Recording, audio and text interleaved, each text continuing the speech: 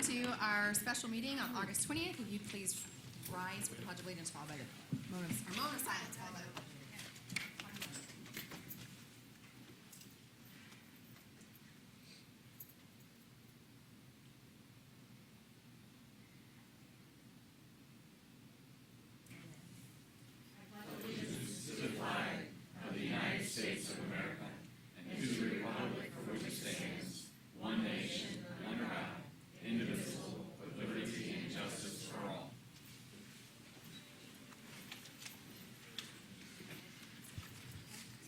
Thank you very much. We have two public input cards. One of them is actually for two agenda items. I'll go with that one last because it's the first two. So just so you guys know, I'm not going to pull them separately since we'll get right into that. So we'll start with Mr. Yoakum.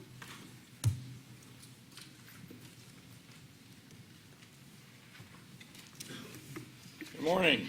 Morning. Dual microphones. Morning.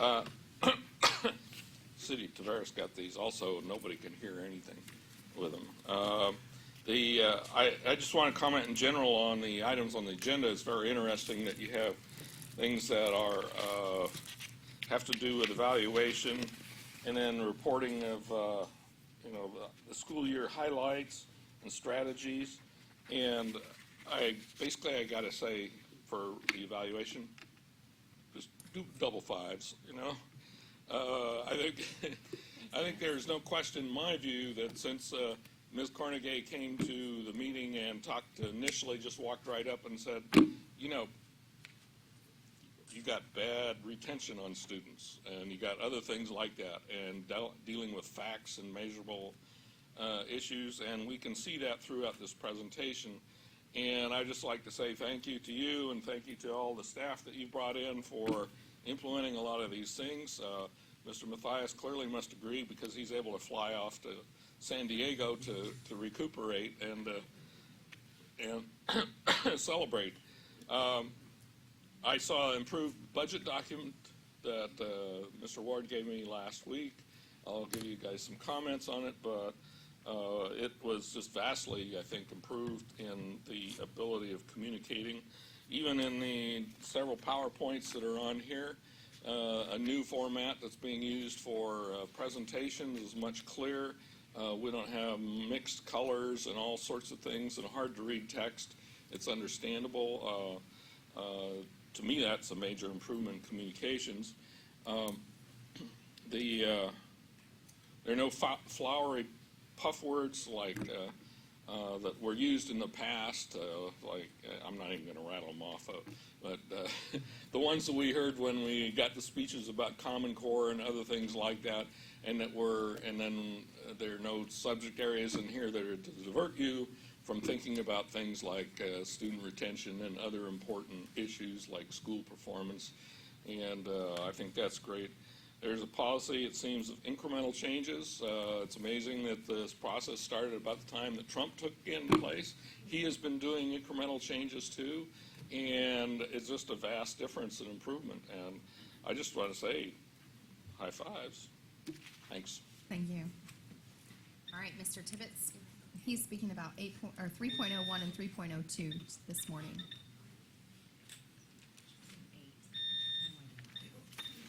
Good morning. I just want to say I'm going to be very brief, but I wouldn't miss the opportunity to cheer you on in the sale of the Dabney property. And I've already offered to John that upon your approval and final signatures, I will be happy to go and paint the sign with a big sold and a smiley face, that we finally have the money in our hands to do lots of important things that need to be done.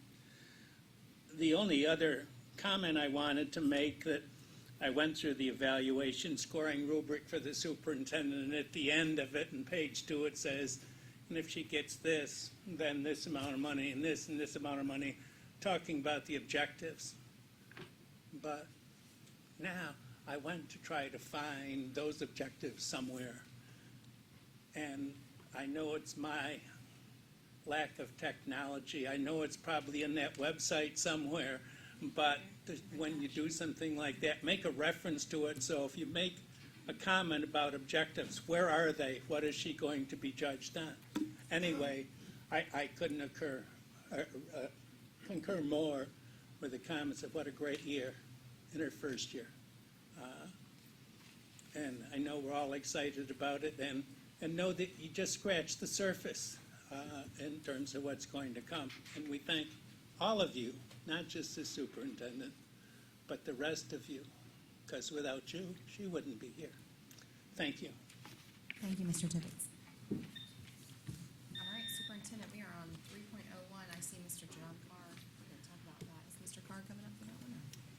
Is that a recommendation? Either that, I do have a recommendation. If you have any questions about it, I know that Mr. Johnson is also prepared to address that. Okay. What's your recommendation, Superintendent? So my recommendation is that we approve item 3.01, which is the contract for sale and purchase of the Dabney property on East Dixie Avenue. So moved. Second. Any discussion? Okay, seeing none. All those in favor? Aye. Any opposed? Great. All right, we are on 3.02, Superintendent's Evaluation Scoring Rubric. And again, either I or Mr. Johnson can speak to this. So I sent you the revised scoring rubric. As we were meeting to discuss this item, my contract is very clear in how the Part 1, which is the job performance indicators, are to be paid out in the rest of the contract. It does not specify how Part 2, which is the specific objectives, how they are related to student performance, were to be paid out. So Mr. Johnson and I met to look at how that might be accomplished, and so that recommendation was sent to you all, and it was available in board docs, so that you could see how that would be paid out in alignment to those objectives, which were attached in the additional page that was on board docs as well, which was the evaluation instrument that was already approved back in maybe October-ish when I presented that to you all then. So our hope is that if this item is approved as is, then I will be meeting with each of you individually, which is required by my contract, and going over both sections, Part 1 and Part 2. And then once you have completed the evaluation and sent this back to Mr. Johnson, we'll be presenting this all at a public meeting, which tentatively we would set for September the 10th if we have them back to Mr. Johnson by then, seeing if there are no concerns in the document that I sent to you. So I am recommending approval of Action 3.02, the Superintendent Evaluation Scoring Rubric. I don't know if you have anything to add. Just that, in going back and looking at this, when we negotiated the superintendent's contract, part of the money that was negotiated were put into these two separate sections. This isn't in addition to the contract. This was part of the money that was paid under the contract, but it was how it was going to be paid and potentially reduced given whatever the evaluation comes out to be. And looking at both the policy and the contract and our previous evaluation instruments, the board was required to approve an evaluation instrument, which it did several months ago, which has 5 objectives for this particular section. And what we did not have in that was already in the other paragraph 12 or 13 of our contract was how the $21,000 gets divided. It was very clear in 12 how it gets divided for the general performance part of it, but this wasn't. So what we ended up coming up with was, we thought that a range that was consistent with the range for the other performance paragraph, and it because of the lack of some of the data for the information that exists right now, we put in the provision about that the superintendent would have to make a presentation to each of you to be able to evaluate whether those objectives have been met correctly or not. And I think this takes care of it. Can I ask you a question? Either one of you can answer that. The only thing I was a little bit uncomfortable with was the objective having the rating of 2.5 to 3.5, and when you look at the 2, it's a needs improvement, so the superintendent's performance does not meet the expectation and needs to take corrective action. And I worry about just the perception that we're giving $3,000 or $2,500 if there's something that's in a needs improvement range. So I was trying to do that in my head, like I know all 5 of us score, and so somebody could give her a 5 and one of us could give her a 1. I don't know that we'd be drastically different, and I'm not speaking about you, anybody in particular. Can you just? And we went to how'd you decide on that? we went to 0.5, so it wouldn't be 2. 2 would be out, because if you had 2, then any average that came up with 2 or more would have a potential increase where anything from 0 to 1.9 would not. So we were trying to back it off so it didn't end up at the 5 and 4 and 3 exactly, because again, they're average scores. They're not, one person scoring. If it was one person scoring it, we might have done it differently, but we're trying to be fair both ways, and thought this is how this was the best way to come up with it. I have the same concern, because with the way the rubric reads, and I've said this forever, it still pretty much puts average or doing a reasonable job at 4. So like, if the average actually of all 5 of us were to come out to a 2.5 or a 2.6, that's a pretty bad score. Right. So like, should we maybe have it be from 3, just like if there's only a half a point for the top rating, maybe it should be from 3 to 3.5? I would be okay with that. I'm I'd just, be okay and I'm not, I think Ms. Courtney I don't knows. think We're not she speaking will. about her, but I just don't in think general. she will This is actually so much score fun. that I don't low. think she's going to be in that I don't range. think she's gonna be in that range But I either, but I think- think we have to future. guard Yeah, that's ourselves right. against a needs improvement rating getting a $2,500, That's not right. Right. increase, but getting that chunk of money. Yeah, it's hard to advertise that, because teachers don't get That's a right, raise it for a needs needs improvement, right? So, Right. And this is for after she retires. And I'm probably the one who made this change, so Right. it's probably my fault that this confusion Yeah, there. it's his but- fault. So can we modify that to 3.0 Yeah, to I mean, you can 3.5? I modify haven't it run to the numbers, but I would feel more Whatever comfortable. you and the superintendent agree on. Okay. So. Okay. Well, I think there's a recommendation on the floor for as it is, so if you can modify your recommendation to do the 3.0, unless there's more discussion about that. no. 3.0 to 3.5 for the needs improvement rating.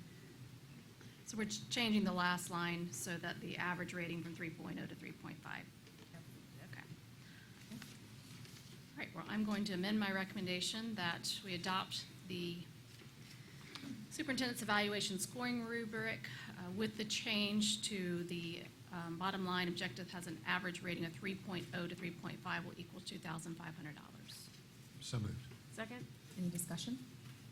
Okay, seeing none, all those in favor? Aye. Any opposed? No? Thank you very much. All right.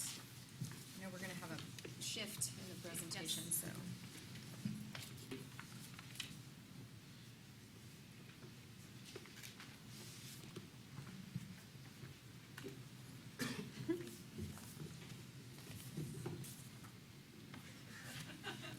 I wanted to talk to you, not get a crick in my neck, so, as well as to you all as well. So it's just easier to stand and be a part of the conversation. So, yes, those to follow me may have the option to sit if they so choose. We did want to take this morning really to talk about where we've been and where we are and where we're going as a school district. And I'm real excited to share this information with you all this morning. And, we started a year ago right here talking about this destination district and what that actually meant. And I gave you the definition of that time, that this is a place, and it's changed, oh, there we go, it's just a little slow, a place to which everyone wants to be because it is distinctive. And I think of the definition and really what we focused on this year is how do we become distinctive as a school district? It's not all about test scores. It's about what makes us unique and what makes us different and special, that truly develops lifelong learners and ensures that kids are ready for college and or the workforce, that they have opportunities to explore their own unique gifts and talents. And how do we go about ensuring that they have opportunities for all those things? So we're continuing to explore our path forward. So I'm going to talk a little bit about where we've been, and then we're going to talk about where we're going. And Dr. Weisskopf is going to talk about that path forward, including some of the changes that we're proposing to establish some new protocols that are going to require some shifts in our thinking and our philosophies and practice. But regardless, we believe that these changes will better address the needs of our students and create deeper learning and help them to develop the skills and strategies that they need to ensure that they do graduate ready for college and to the workforce and to reach their ultimate potential. I want to say I'm really proud of the work we've accomplished in a year. We've done a lot, and I'm going to highlight those for you. But we have a long ways to go. This does take time, but I'm so proud of our folks and all the work that we've done, and I'm just so pleased with the folks that I get to do this job with, and appreciate the opportunity that I have to lead this amazing school district. So a year ago, I said that we were going to focus on three things. We're going to focus on improving graduation rates. We're going to focus on the number of students taking and passing industry certifications and or earning advanced credits. And we're going to establish a common vision for instruction. So this past year, our efforts have led to the repurposing of some positions and resources to ensure that all of our schools have art or STEAM or music in all of them. And I'm going to share with you in just a second that we did increase the number of schools earning an A or B because we talked about what are the characteristics that are distinctive of a high-performing school district. So we know that that was one of our goals, was to increase the number of schools earning an A and B. As I said, we were going to focus on increasing graduation rates, which we've done, and I'll share that with you this morning. We're also going to talk about the number of students being promoted annually and where we are in regards to that topic. That will be a larger topic that we'll continue with Dr. Weisskopf this morning. And as you know, we're very excited about our new technology plan with our Google training, and that's gone along with that. And we implemented Performance Matters this year, which has come a long ways in helping us to have real-time and data to help differentiate instruction and to more adequately identify and meet the needs of students. And then we are working on establishing a common vision for instruction. And all of these tie directly back to improving student achievement. This past year, through our revised teacher evaluation system, we did focus on 6 indicators that supported our expectations for teaching and learning, including guided practice and modeling, establishing a purpose for learning, time for collaboration, and time for independent learning. This year we'll be talking about independent learning, and we're adding conferring to that, a time for teachers to sit alongside students to get to know them as learners and being able to better meet their needs. And time for teachers to continue collaboration, because we know that that has been instrumental in our work here in the district in moving student achievement forward. And we're continuing with our mantra, our focus on reading, writing, thinking, and talking, and you'll hear more about that in the plans moving forward as well. So thinking about student achievement, you've seen our district report card, and this, of course, is just one indicator of student achievement. We know that a school grade or a district grade is not a district make, but it is one data point that we'll look at here. As a district, we increased an overall of 22 points, moving from 609 points to 631 points. And we increased our percentile of students meeting all the specific components of the school grade, still earning a B, but a higher B. I think what's significant here as you look at this chart is that of all the components to which the school district grade makes, we did not decline in any area. And I'm really proud of that. We had a couple of areas where we maintained and didn't increase. I'll call your attention there to our lower quartile. This is an area that we're going to talk about in just a few minutes. It is still an area to which we have a long ways to go, and we have a plan for that we'll highlight for you in just a few minutes.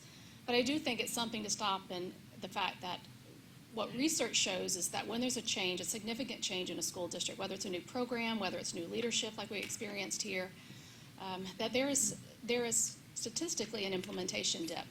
We did not see that implementation dip, and I applaud our teachers and everything happening in our schools to overcome what research says should have happened that didn't happen.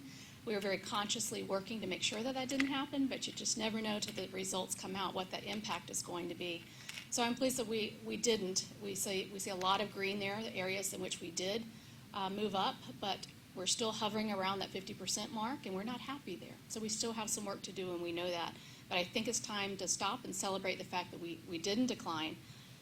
The 2 areas of focus, which was our graduation rates and that acceleration component, this report card does not reflect our efforts from this past year, and I'll talk about what the 2018 data shows. It's because the state captures this data because they're still working to clean up data. So this is last year's, which was not the year that I was accountable for, that it's reflected, but it's still an area that I want to highlight and talk about where we've been in this coming year.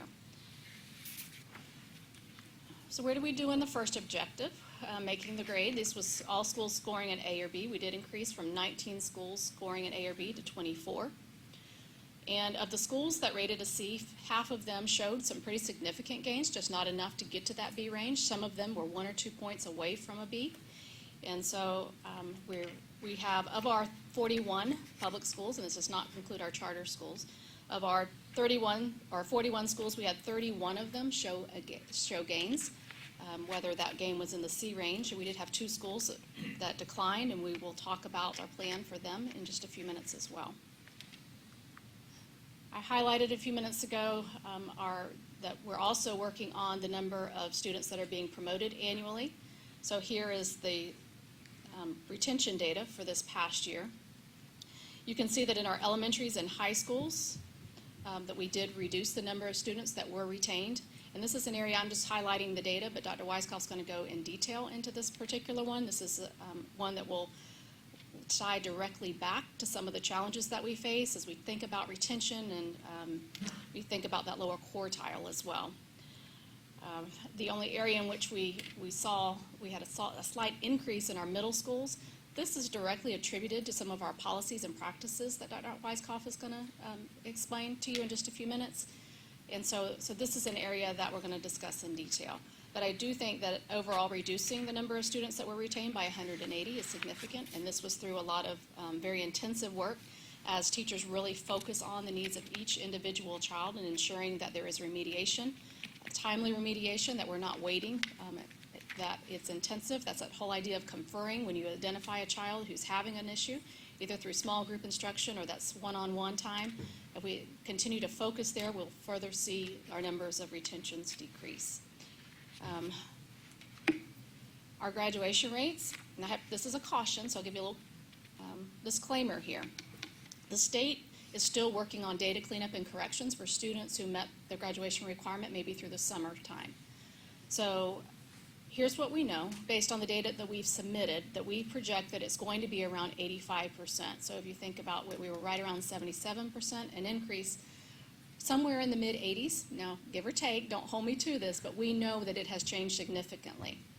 We know that I'm excited because as I think comparably, I'm a little competitive, and that's the sports side of me, that we know that the state graduation rate for last year was at 82%, and the national rate is at 84%. And I think in 1 year to see such significant increases that could potentially exceed the state and the national average for the first time in Lake County is really exciting to think about.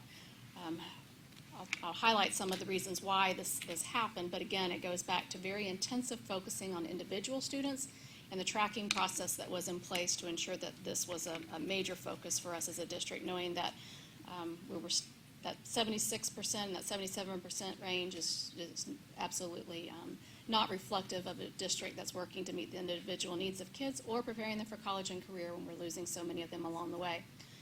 But I'll explain that what has been in place, and we'll talk more about this in a few minutes, is not the fact that kids were just dropping out or we were losing them, that there had been a practice of this 5-year cohort. At one point in time, the state allowed for students to essentially graduate from high school within 5 years, so that if they missed some credits along the way, they had an additional year, and it was reflected in the school and district grades. Well, they got rid of that.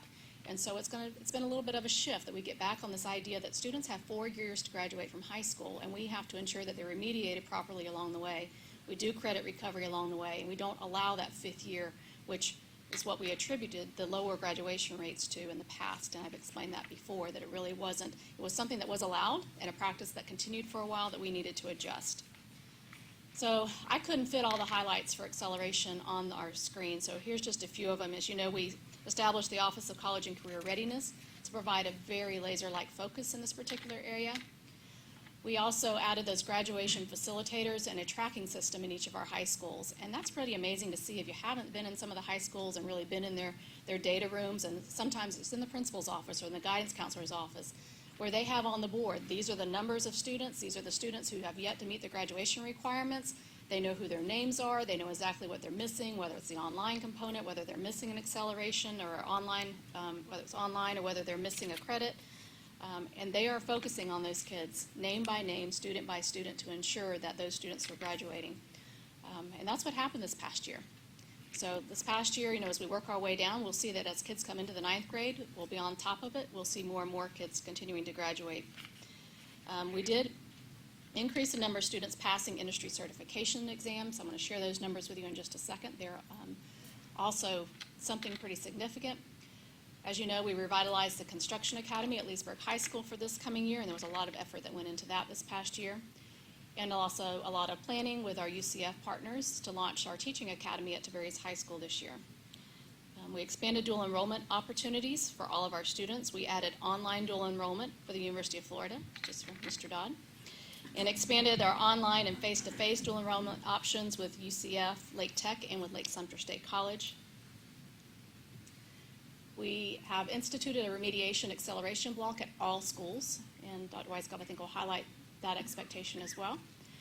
And we extended our Lake Virtual School to a year-round program. It ran throughout the summer. This was the first summer that it operated year-round. Lots of students took advantage of times to either accelerate and earn additional credits, meet the online course requirement, and I just applaud the work of Lake Virtual.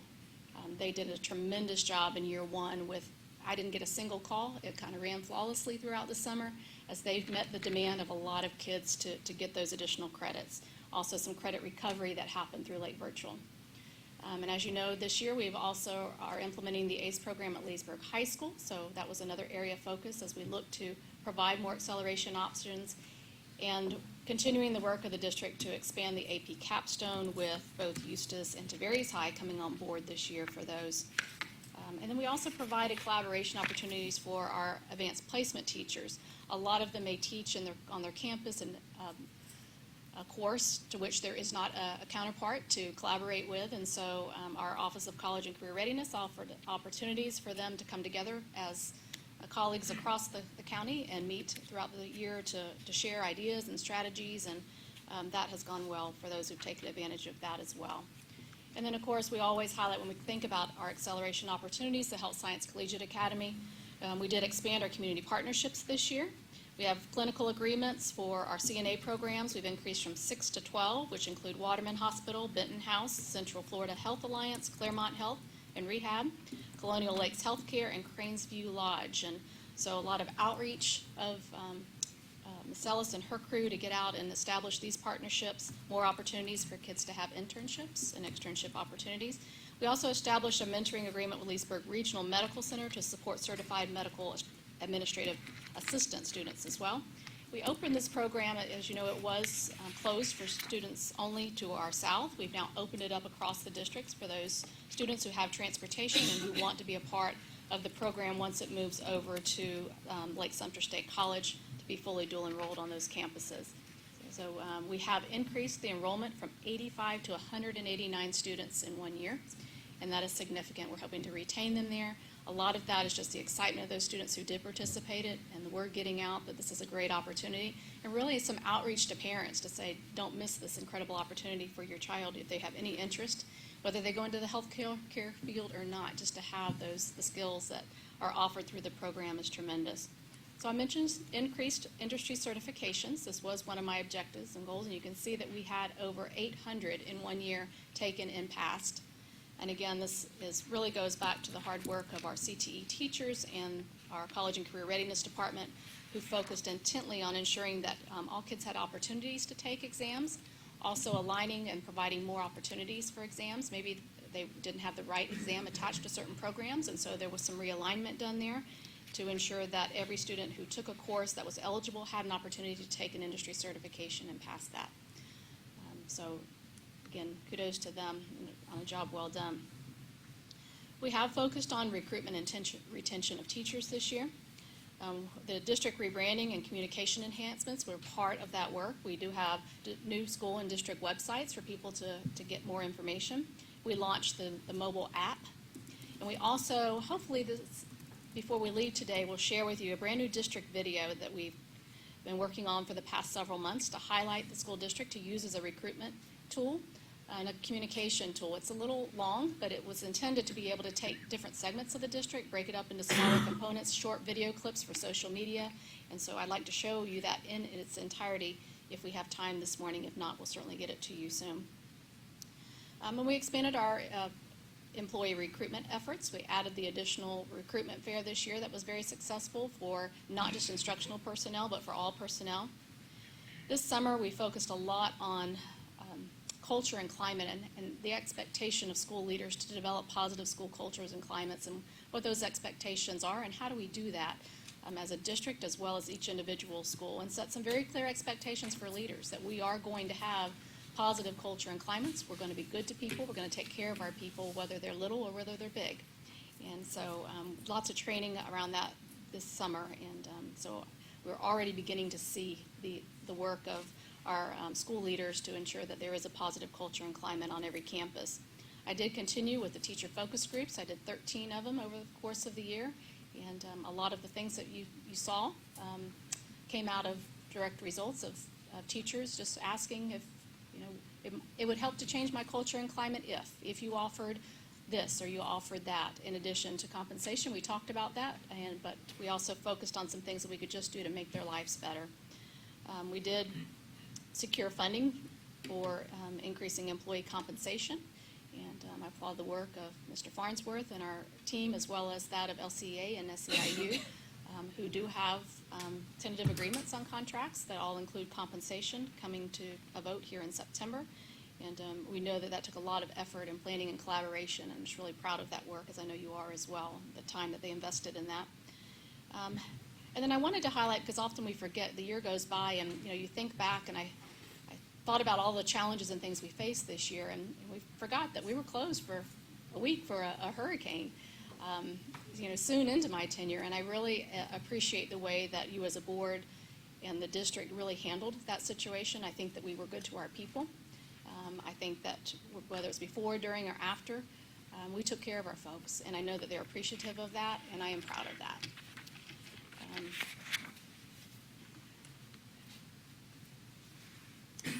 So speaking of our financial condition, the other, I think I skipped a slide there. Kind of went away. All right, there was another slide there that I'll have to come back to if I find it along the way. Maybe it got moved in the deck, but one of the other things that I promised to do was to help improve our financial position, and again, there was a lot of things that we could highlight on this slide. One of the things that I wanted to mention that I didn't put on the slide that was a major factor, because I didn't attribute it to me, I could attribute it to you as a board, and that was the trying to think what it's called, the compression adjustment. There you go. Mr. Mathias and Dr. Burns spent a lot of time really working with our lobbyist on that compression adjustment and providing some language to our legislators and working with our legislators, and we're in Tallahassee, and so I think that really is a sign of your commitment to help support this endeavor by making sure that we were able to get that compression adjustment, which resulted in about $2.8 million for us. It really was essential in helping to build up that fund balance. We've got to continue that work. It's not reoccurring, and we need to make sure that we're working with our lobbyists to get that money reoccurring in the coming year, but I thank you for that. We did secure a state appropriation for that construction academy of $866,000 over at Leesburg High School to support our efforts to improve our CTE programs and expand those. We did do a lot of repurposing of resources, reorganization, reduced our school and district allocations to generate revenues for increased compensation, as I mentioned earlier. And I'm very thankful and proud of the partnerships that we now have with our cities, who stepped up to help fund our resource officers. That wouldn't have happened if it hadn't have been for the collaboration and the time invested with our cities to make that happen. So I'm very grateful for that, and that was probably 3 or 4 months of my time really invested in that work, which I think really the last 6 months has focused on school safety and security. And so I'm very grateful that I have a team behind me here who helped to continue teaching and learning, which is my passion, so that I could focus on what was most critical at that time and continues to be, and that is the safety and security of our students. We did repurpose some resources to provide more funding for capital improvements and maintenance projects, and the reductions in the debt service and improvements to the financial condition of the general fund. We were able to reduce the amount of transfers to the capital funds, therefore increasing resources for capital needs. And we did increase the district's fund balance, which you'll hear more about in our budget workshop on Monday. And we maintained the district's credit rating over the course of the past year, so we're proud of those efforts as well. The last thing was our focus on school safety and security. We did establish a new Department of Safety and Security, and we've purchased new software and equipment to increase communication and enhance campus security. You've already approved Mutual Link, which is that system in which our radios all sync with the other municipalities and with the Lake County Sheriff's Department, and provides additional security features, as well as Social Sentinel, which I believe is on the agenda for Monday. And this is something that a lot of districts have used that we found extremely necessary. And that is, you can talk more about that on Monday, but it's software that allows us to screen social media. So they're looking for keywords, they're really looking to enhance those threats and things that students might be posting on social media. And so a lot of districts have used that, and we find that it's probably going to be a necessity for us as well. And then we're continuing to work on our hardening plan, which is due December the 1st. We did partner with Lake County Sheriff's Office for active shooter training. We had all of our administrators trained this summer. We've had over 1,500 teachers trained. We're continuing that training so that everyone can take a part of that, and then we'll talk about rolling that out to our students and how that's going to look. That is still a work in progress, but we're going to include parents in that conversation and opportunities for parents to come in and be a part of the training to understand before we roll it out to students what that's going to look like, especially with our youngest students is critical. We've conducted a school safety assessment on every one of our campuses. We have developed a new mental health plan that was shared and presented to you about 2 weeks ago. And we have continued to expand our community partnerships, especially that with LifeStream, which is our local mental health provider. So as we head into the conversation that's going to follow here with Dr. Weisskopf about the common vision for instruction, I just remind us that we are new in this work and that change takes time.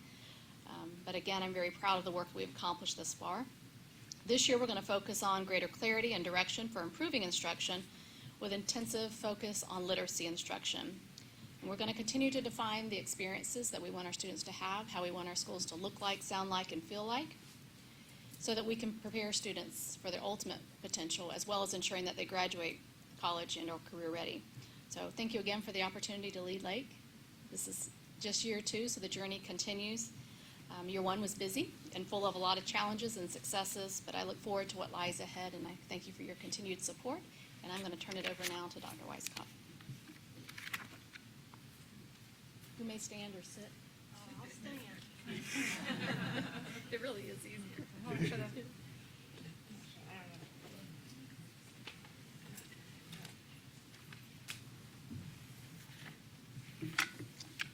Good morning. Good morning. Thank you, Superintendent and board members. It is a pleasure to be here again. I'm certainly, as we started the school year, year 2 was way smoother, having some experience behind us, and the first week went really, really well, and so I'm very grateful for that. I think one of the things that the superintendent talked about was sort of the year in recap, and I'm going to kind of go into what's coming up for the next year. So I'd like to kind of talk about how we're going to build on what happened this year and moving forward.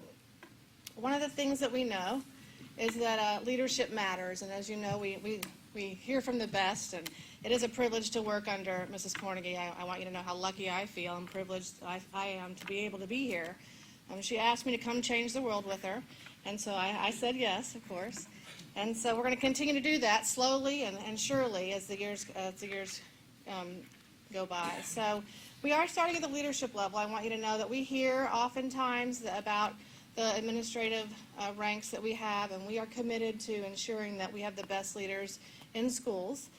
One of the things that we're doing this year that might be a little bit different is that at the district level, we have expectations for them. I'm not sure that we've ever articulated those or put them in front of people, so I wanted to share those with you. Oh. I'm checking the input. Let's see if I go backwards.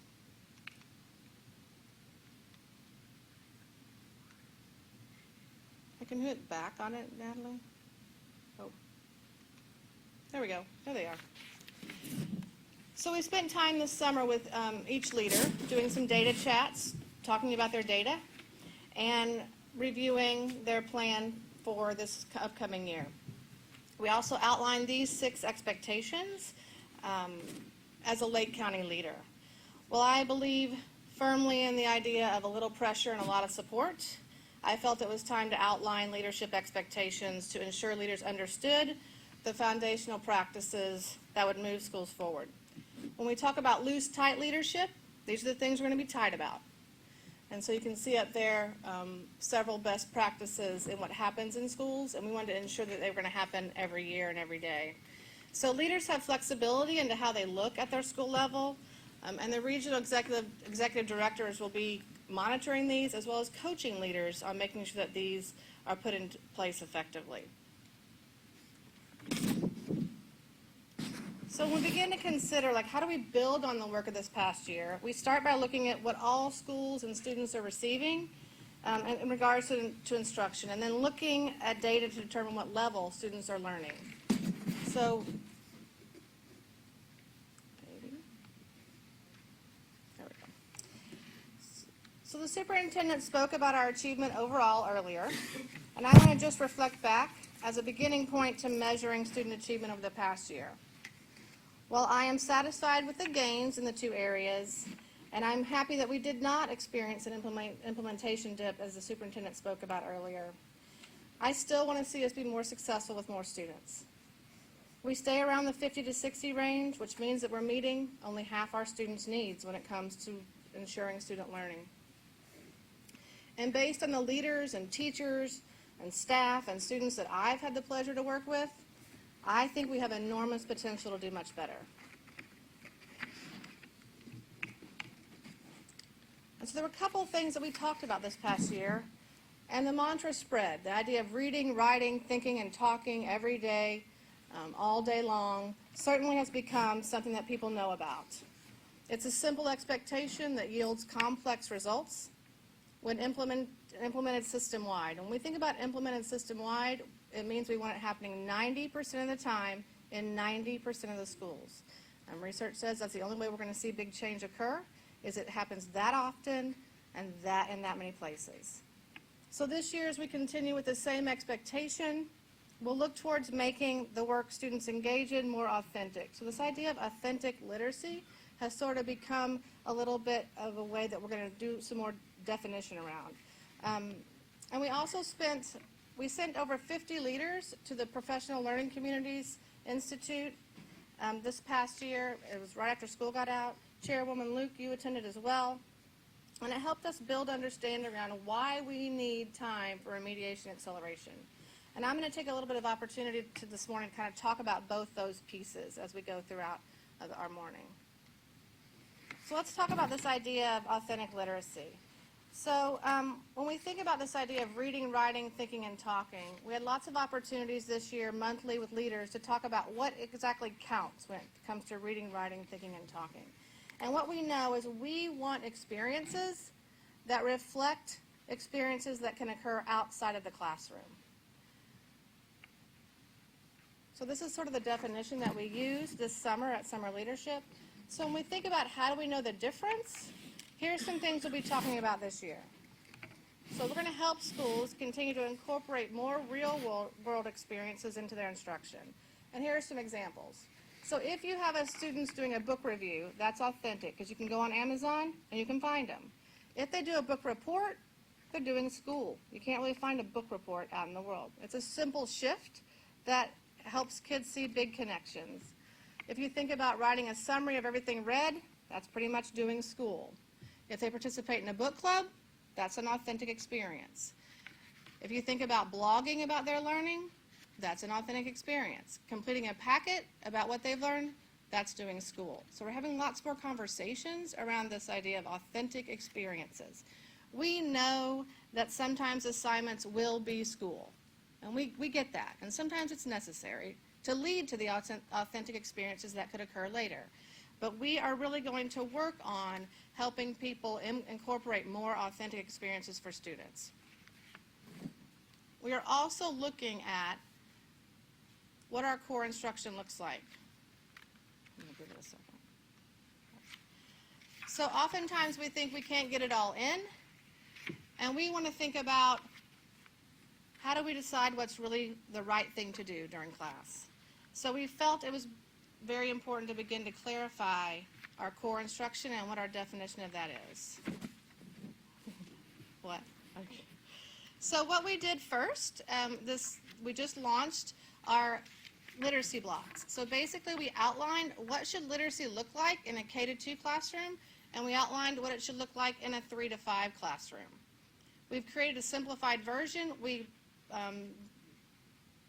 put these out over the PD day last week, a couple weeks ago, and I started to begin training around these particular blocks of time. So I think before, what you would have seen on the website or in our frameworks is you would have seen kind of a smorgasbord. You could do this, or you could do this, or you could do that. It was a lot of things. You kind of had choice, lots of choices. And while we want choice, we also want to show people what effective instruction looks like in a 90 to 120-minute block. And I think this will help clarify us when we think about going into classrooms and looking around and saying what is happening in classrooms. It will help us get a good, clear vision of what should occur and what is occurring. Because we can't necessarily make any interventions or make some remediation plans if we don't actually know what the core should look like. So we're redefining our core. We continue to work on that as well for middle school and high school blocks, as well as intensive reading. So we start in literacy. Like the superintendent said, we're starting with a big focus on literacy and hoping that those best practices will replicate in math, science, and social studies as well. Some of the main practices that we use in literacy are easy to replicate in other content areas and will yield the same type of results. So then we look at, as we continue to look at core experiences for students, we also have to think about a manageable and meaningful system for monitoring students. So something that you might see is some changes in assessments. So I see it, there we go. So we're going to continue to help teachers come up with more timely, authentic ways to assess learning daily. And we're also working with schools on developing common assessments through departments or grade levels. And many teachers are attending this fall how to use Performance Matters to develop those quick, short assessments, which I think will be very useful to them. We're also looking at we eliminated the baseline test, which I think people found hard to use in terms of planning, because it basically didn't demonstrate any of their particular teaching. And I think they thought it was a lot of time that maybe we didn't use quite as much as we should have. So we eliminated the baseline, and we added 2 quarterly assessments, one at first quarter and one at third quarter. We did this based on teacher survey feedback, and basically we'll teach for a while in first quarter and then take a real quick 20-question assessment. It's almost just like a test. It is actually an assessment. It's the same thing as what they should be getting in class, but we'll do it district-wide. It's about 20 questions. We give it first and third quarter, and it's used to drive instruction forward. Teachers ask for a second and fourth quarter one as well. It is optional. It is not required. So we're giving one first and third, but we have it out there for them to use. They can use these as a grade because it would be assessing students' knowledge of the standards taught up to this point. With this expectation, we hope that we had the expectation that leaders will hold quarterly data chats, so they should talk to teachers, we should talk to students about how well they did on this assessment, and we feel like these will provide timely and useful feedback to teachers. So here's what I want you to know. We have done just about everything we can do to get input from teachers. In fact, we're getting ready to release first quarter's assessments so that teachers can see them, so they understand what the expectation is. We're also giving them an opportunity to give us feedback on the questions in case they see big issues with them so they can change them. While we develop them with teachers, we're now redistributing them back out this month for them to be able to say, hey, this question isn't quite right, and to be able to give us feedback on those. So we are getting as much input as we can on these particular assessments. We did leave the mid-year cumulative test, and here's why. Last year, during the superintendent's data chats with each principal, we really used this assessment to drive the conversation around plans for improvement. We had the opportunity to have conversations that really helped leaders understand what they could do between January and the time of the assessment. And many schools put a plan of action into place, and they often attribute a portion of that plan and that conversation on the results that we yielded at the end of the year. So we feel like it's a pretty good predictor of how we're going to do, and it helps us have conversations. So it really has been a key piece of our conversation around those mid-year data chats. We did hear the concern for double testing. So we heard that, especially at the mid-year and end of the year timeframe. So we've eliminated the requirement of mandatory semester exams. So when we give the mid-year cumulative, we wouldn't have to give a semester exam. So we've reduced the time that students spend in required assessments because the assessments are shorter and they're more timely. So our best hope is that over time, these quarterly assessments combined with the school's own teacher-created common assessments will be the cornerstone for planning forward for student success. You asked earlier, at an earlier meeting, about the correlation between iReady and the FSA proficiency. So I thought I'd bring this back in front of you. So we're going to continue to give the iReady benchmark assessments. And here you can see that as a district, it's pretty closely correlated. So I'm just going to give you a chance to look. So overall, in grades 3 to 5, there's a 1% variance, and there's a 0. We were dead on for math. So what that is when they take the mid-year test, they give us a prediction of how we'll do at the end of the year. Now, as you all know, when you start to average things, we have schools that are more on track and schools that are not so on track, right?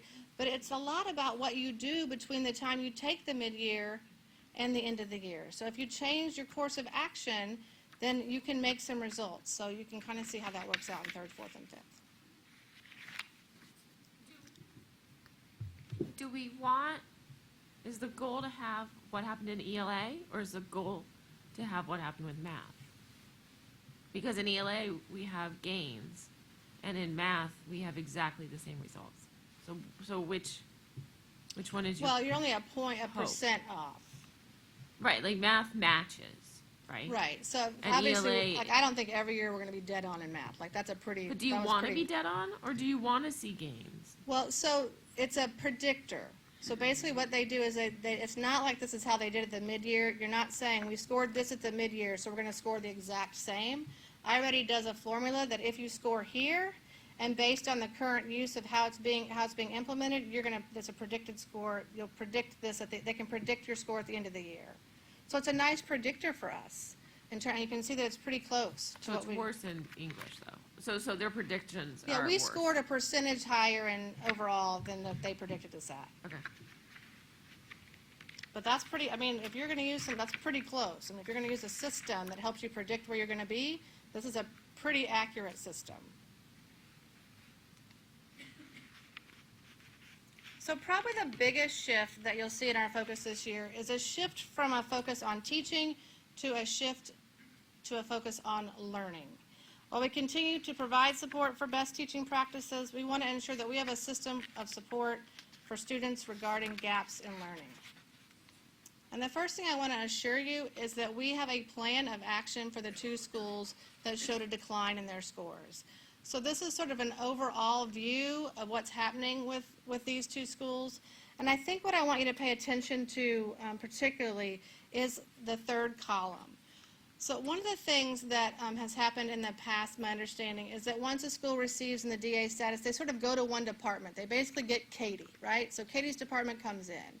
And I think what's really valuable for you to know and kind of note is that when we did a reorganization, one of our goals was to get people to stop working in isolation in departments. And so what you'll see in column 3 is an example of that. So when you look at this idea of the on-site support, you have 3 and 4 different departments all coming together to formulate a plan for them. So you think in terms of the Mayo Clinic, right? So you don't have one doctor just going in and doing the treatment, but you have a team of people sitting at a table and talking about how can we all support and use our resources. And this is a great example of that. So I think that's one of the things that I want you to notice, that the reorganization is working. And so it's been nice to have these people at the table to talk about what part of your team can help us and what part of your team can help us. We have a consultant coming in to support these 2 schools regarding literacy. We had her in for summer leadership. These 2 leaders took to her well. I think Mr. Dottie, you saw a part of her.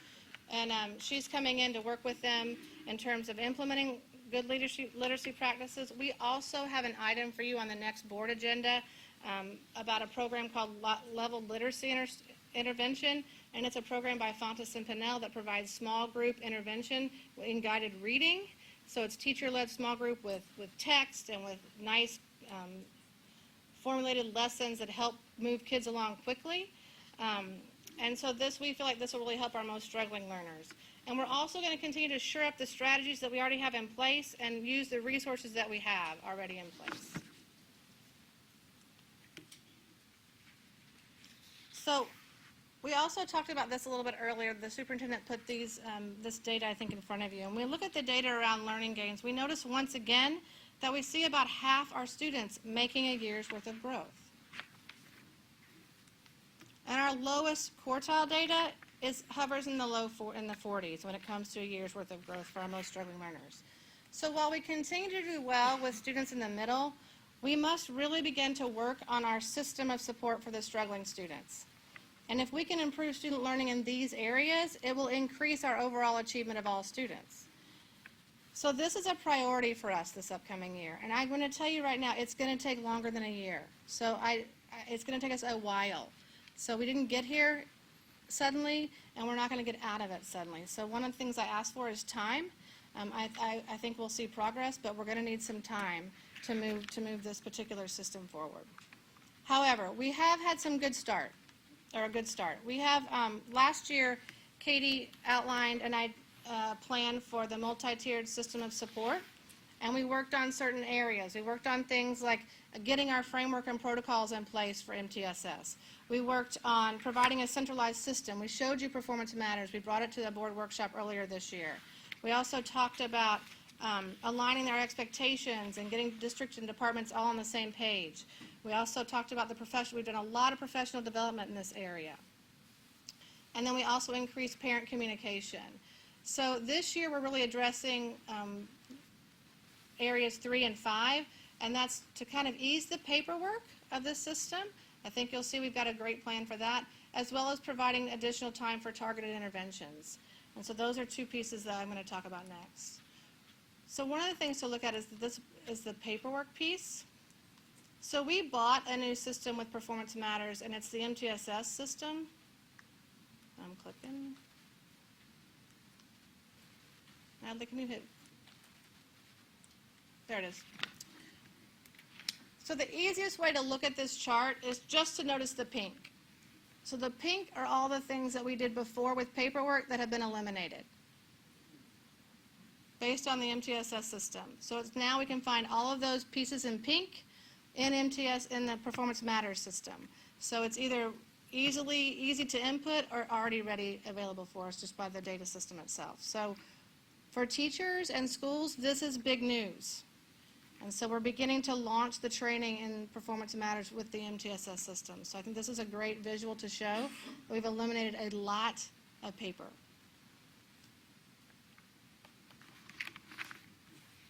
So we think this is going to be a game changer. If we can stop filling out papers, we can start doing more time with kids, right? So we have more time for kids. So that's kind of one of our big ideas on this. So at Summer Leadership, I introduced a formula for learning. And I just thought it might be good to kind of overview it with you. It looks like this. Quality instruction plus teaching equals learning. So I'm going to just walk you through some thinking around that. When we ask people what quality instruction is, they often have a difficult time defining it. And that's because it depends on the learner. So there's lots of different strategies that work for lots of different students. So we know that quality instruction must be varied. That's the V in the second formula, the quality instruction. The V stands for varied. So we know that we need to vary quality instruction in order to reach all students. And we probably all agree that students don't master content at the same time. So we must vary the time factor as well.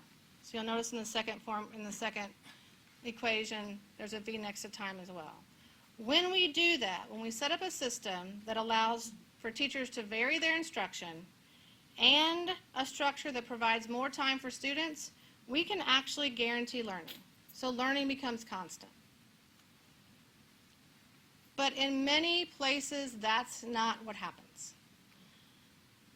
Let's take an ELA 10th grade teacher who has 6 sections of ELA, and how do they teach? Oftentimes the same way, 6 different periods a day.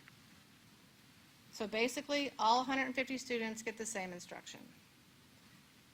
So automatically, students are pushed to the margins and instruction is done for the middle. And the teacher hasn't necessarily appealed to any particular learning style, except maybe their own. Therefore, quality instruction becomes constant. So basically, same way, no matter the kid.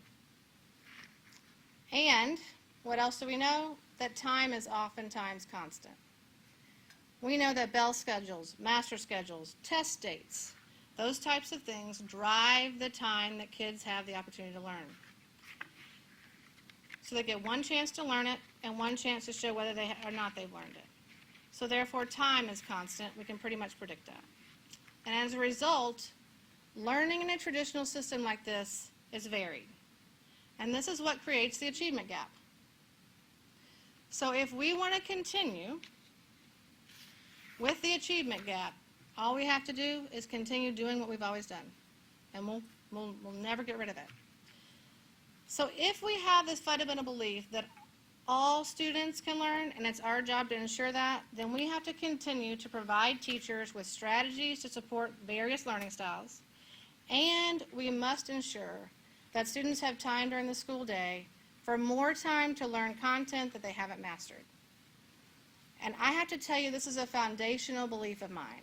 I cannot move a system forward, and I cannot help those learning gains numbers go up without the opportunity for more time for kids to be able to remediate and accelerate in a system that supports that idea. It's just almost impossible with student and school improvement work. I've just shown you that in previous slides, we are unsuccessful with almost half our students. So we have to do something different, and we must create a system that does that. When the superintendent asked me to change the world, I want to change it here in Lake, and that's one of the foundational pieces that we have got to take a look at. And so it's going to require us to do some things different. And one of those is to mandate this block. And when I never mandate anything, but I'm telling you, we have to have it in place. It does look slightly different in every school, but this was one of the expectations for leaders, and we've outlined that every elementary school must have a time for remediation and acceleration at least 4 days a week, and the secondary level a minimum of 2 days a week. I will tell you that many secondary schools have it from 2 to 4 days a week as well. Sometimes they start with 2 at the beginning of the year, and by the end they get to 4, but we need some amount of time so that we know that we can vary the instruction, vary the time, so we can guarantee learning to occur. So when we think about best practices for remediation and acceleration, here are some things that we're looking at. We know that we've implemented the Performance Matters and the MTSS tracking system that I think is going to be big for us. We would like to purchase the level literacy intervention with your approval at the next board meeting at both the schools who are NDA status, as well as Sawgrass Bay and Tavares Elementary School. We'd like to see what's happening, how it works there, and see if we need to spread it out after that. We've also replicated a system that East Ridge High has been very successful with. It's called the Flex Time system for scheduling. And basically what it does is it takes away that old stigma of power hour and not knowing where every kid is. This system allows us to schedule every student where they need to be in intervention time so that we know where every kid is, and the kids are taking advantage of where they should be to get the interventions that they need. So that system has just been started, like this week. We've had the consultant out. Katie's team's really working hard to get that implemented into place. And we also are working on that teacher-led small group. We know that it's the teacher that makes the difference when it comes to mastering standards, so we're going to strengthen that work as well, which we started this year and will continue to work on. So I think through the expectation for providing time for reteaching and remediation and the additional resources and professional learning around best practices and intervention, we hope to decrease a widespread practice used here in Lake County, and that's the practice of retaining students. The superintendent showed this slide earlier, and I want to spend a little more time on it. The majority of research, look it up, any article you read, concludes that students who repeat a grade are harmed academically and social-emotionally, and they seldom persist to graduation. Oftentimes, these students will show short-term gains, but this usually doesn't last long, and it oftentimes has a long-term fade in progress. Most schools are not equipped to provide sustained, rigorous academic remediation to elevate a student to proficiency once the student has been retained. They often exhibit negative attitudes towards school, and they classify retention as one of the most stressful occurrences that could happen in their educational career. The most significant factor for students dropping out is retention in a previous grade. In Lake, over the last several years, our student progression plan language prohibits schools from being student-centered when it comes to promotion to the next grade level. The language for a kindergartner to go to first grade is more stringent than passing biology, or any other course for that matter. And the requirement to pass middle school is higher than the state requirement for promotion. And while I don't believe in social promotion, and I know that you don't either, we have to consider that we're dealing with children, and children don't always learn the required content at exactly the required time. And we're also dealing with varying abilities of educators. We can't always guarantee that the grades being given represent mastery of the required content. Yet, it's our students that are affected by this perpetual practice. So when we retain students in kindergarten, and let me reassure you, we retain a lot of them in kindergarten, and then we retain them possibly in another point in their elementary or middle school years, here's what happens. Because of our past practice and our restrictive policies in the student progression plan, we have a chronic number of students entering ninth grade as 16-year-olds. We have 203 total ninth graders to date that are 16 or older. 69 of those are first-time ninth graders, which means that 134 ninth graders are repeating for a second time and are 16 years or older. And we have 20 eighth graders that will turn 16 by the end of this year. So if you do the math and they enter high school at 16, how old are they when they graduate? 20. And remember, we don't have the 5-year cohort anymore. So those 134 students repeating ninth grade already count against us because they're now off track with their 4-year cohort. Historically, with the old progression plan language, we have them repeat sometimes all of the courses of the grade. And it isn't necessary. We can promote these students and have them do credit recovery over the courses they failed, which allows them to continue with their cohort and still hold them responsible for the content that they missed or didn't pass. And that's only if these students stay in school. Many times these students decide they don't want to spend their days with 14 and 15-year-olds, and they drop out as freshmen. The implications of these earlier retentions play out in all different ways. So let me tell you one story that you may have already read about in the newspaper. We have a current senior that turned 19 in March, so he'll turn 20 in the spring. He started in Lake County schools as a kindergartner. We retained him as a kindergartner and again in 3rd grade. From that point on, he's actually pushed through. He had lots of family challenges, as you can imagine, but he's been on track to graduate since he entered high school with his cohort. He has a 2.75 and a 2.79 weighted GPA right now. He also happens to be a starting running back, and he has colleges looking at him for next year. Because he's starting his senior year at 19, he's ineligible to play football, according to FHSAA, because you can't play high school sports if you're unless you're 18 or younger. So imagine that.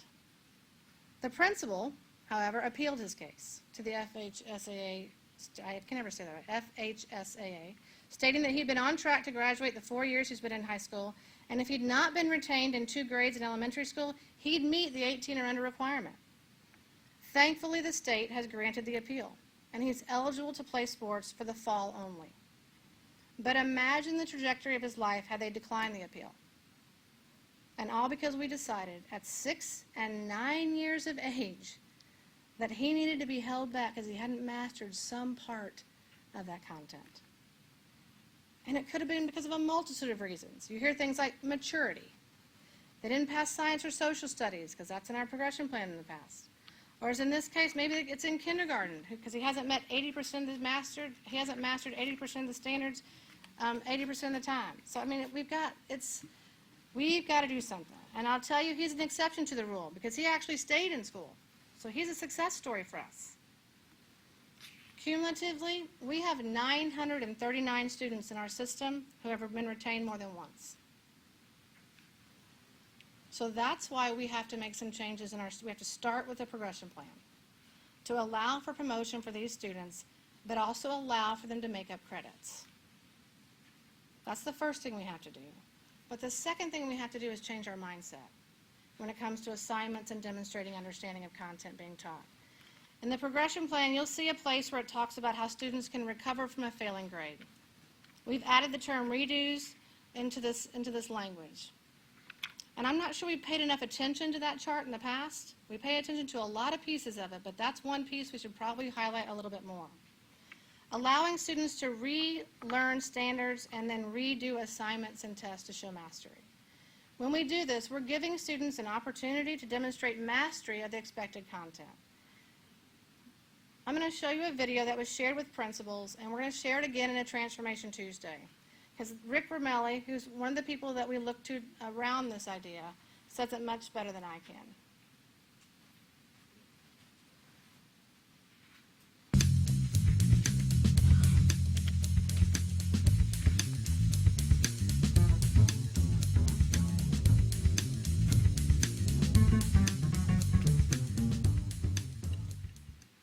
One of the issues that always comes up is how teachers deal with failure. And that always leads to a conversation about redos, retakes, do-overs. And we have to meet that head on. There's this mindset that I have to be real rigid with this or teach kids to respect and honor deadlines and whatever else it might be to get them ready for that larger world. But that's actually not very constructive in a lot of places. So let's take a look first at failure, and then we'll see how that kind of moves into the discussion about retakes or do-overs. A lot of times teachers will think that they're doing the right thing by waving from the rim of the pit. We all become these rim wavers. The child has dug a pit for himself. He's really dug himself in. He was irresponsible, whatever it was. And we sit there and we go, so it's cold down there, and there's no way out. It's a little bit lonely. Well, that just stinks. Join us when you can. That'll learn you. And we wag the admonishing finger from afar, as if that will teach. It doesn't.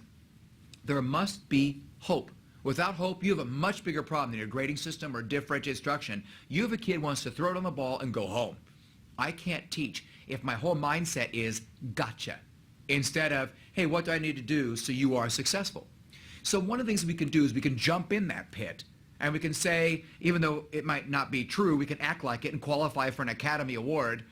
I've been here before. I know the way out. Come with me. That's actually much more constructive. It speaks to Carol Dweck's notion of growth mindset as opposed to fixed intelligence.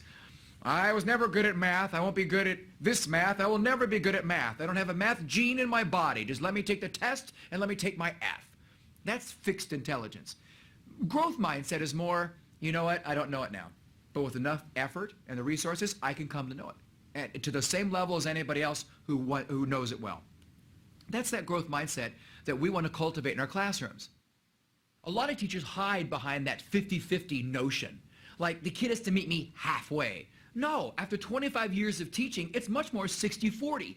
And the one kid who sits in the back of the room and never interacts, 90-10.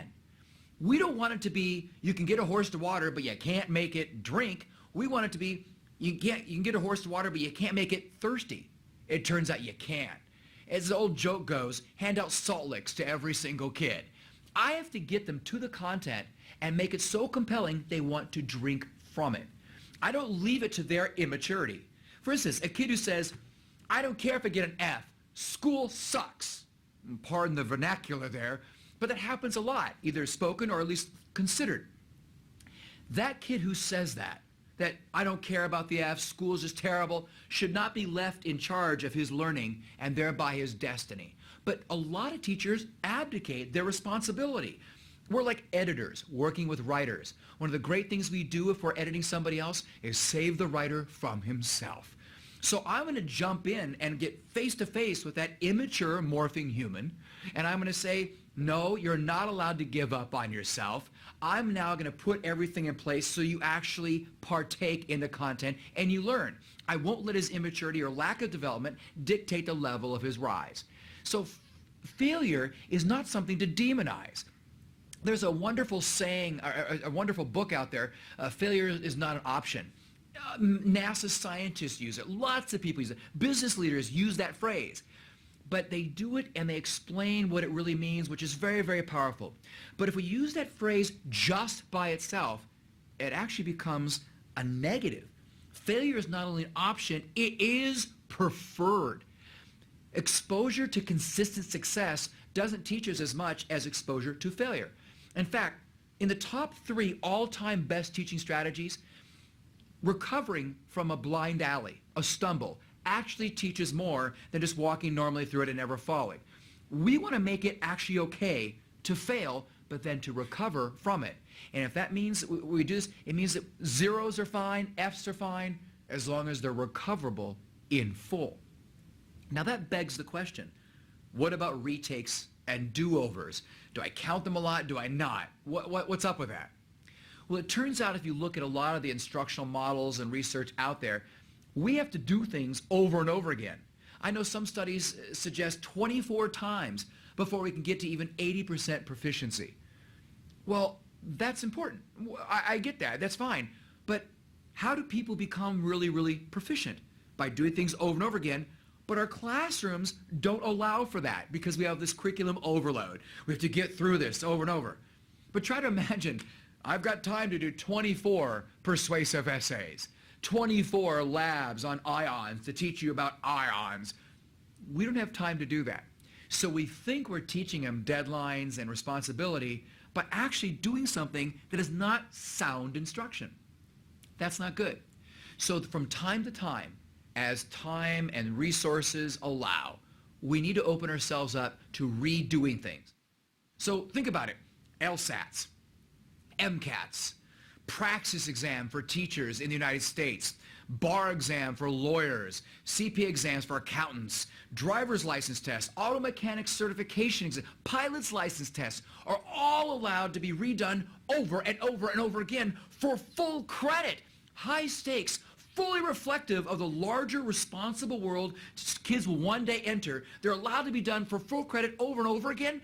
How pompous is it for a classroom teacher to say, my quiz, this paper, this test, this homework is so indicative of the larger world of responsibility that I'm trying to teach you, and so high stakes, it can't possibly be redone. You don't have a pedagogical leg to stand on. One time I came up behind one of my students who was trash talking me. He was very frustrated with me. And his classmates saw me coming up behind him. His eyes got really big because there's no time to warn his classmate friend that I was coming up, particularly since I was walking up behind him doing this. And I stood behind that student of mine and I listened to him say this, man, Mr. Wormley makes you do it over and over again until you learn it. It sucks. For me, touchdown. I'll grab it. In fact, I find it a bit of a cop-out. It's a weak teacher who doesn't allow redos and do-overs because you're not teaching to make sure he learns it. You're teaching to make sure he learns it on the conveyor belt. You're 11, you learn this. You're 12, you learn this. You're hiding behind the factory model of schooling. If you teach something to kids and they don't learn it, it's like a 0 or a D or an F, and you say there's no chance to recover, you said 3 things that are unacceptable to a highly accomplished professional. You said, first, hey, this assignment had absolutely no educational value. Yet I assigned it to you anyway, but it was totally skippable. That's not cool. You're assigning busy work, you bring shame on the whole profession when you do that. If it's worth assigning, it's worth getting done, because it matters. It transforms a student from where he was prior to if he had not done it at all. Second, you said, hey, you didn't do all this work? Nah, just take the 0, you don't have to do it. How does that teach consequence and accountability? The consequence in my class for not doing your work is doing your work. I will haunt your nightmares. And the third one is the most heinous. You've just said, it's okay if you don't learn this. That's beyond most teachers' pay grade. Only a state, a province, a school board gets to decide what the curriculum is. not the classroom teacher. I need to make sure that I teach in whatever way possible you become successful, not just to say, here's the curriculum, and now let me document your deficiencies with it. That's not teaching, and we should live up to the promise of all that teaching can be. What a different, yeah, right? Yeah. I got the same applause from principals when we showed it to them. What a different way of thinking then. Would you agree? Oh. And again, those key points, the idea that we are only giving assignments that matter so much that we should not let any student not do it. I think that's going to be a real shift when we start having that conversation with teachers. I think we've got a lot of work to do. So one of the things that we want to start having conversations around, that students should be allowed to redo assessments. If you can take your driver's license again, you ought to be able to take that test again. And you ought to be able to get full credit for it. So we shouldn't have to talk about, do you get 50? Do you get, what percent do I have to take off because it's your second time? What difference does it make? They don't take it off for those the other tests. Why take it off for us in public school? We've started the conversation. It's not about a student not doing the work. We believe the kids should do the work. It's about students having the chance to show they mastered what we expect them to master. And we're going to continue this conversation throughout the year. I am going to tell you this is going to be a difficult conversation to have with some. It'll be an easy conversation for others. But we want to start beginning to build this understanding so that we can all move forward in support of students.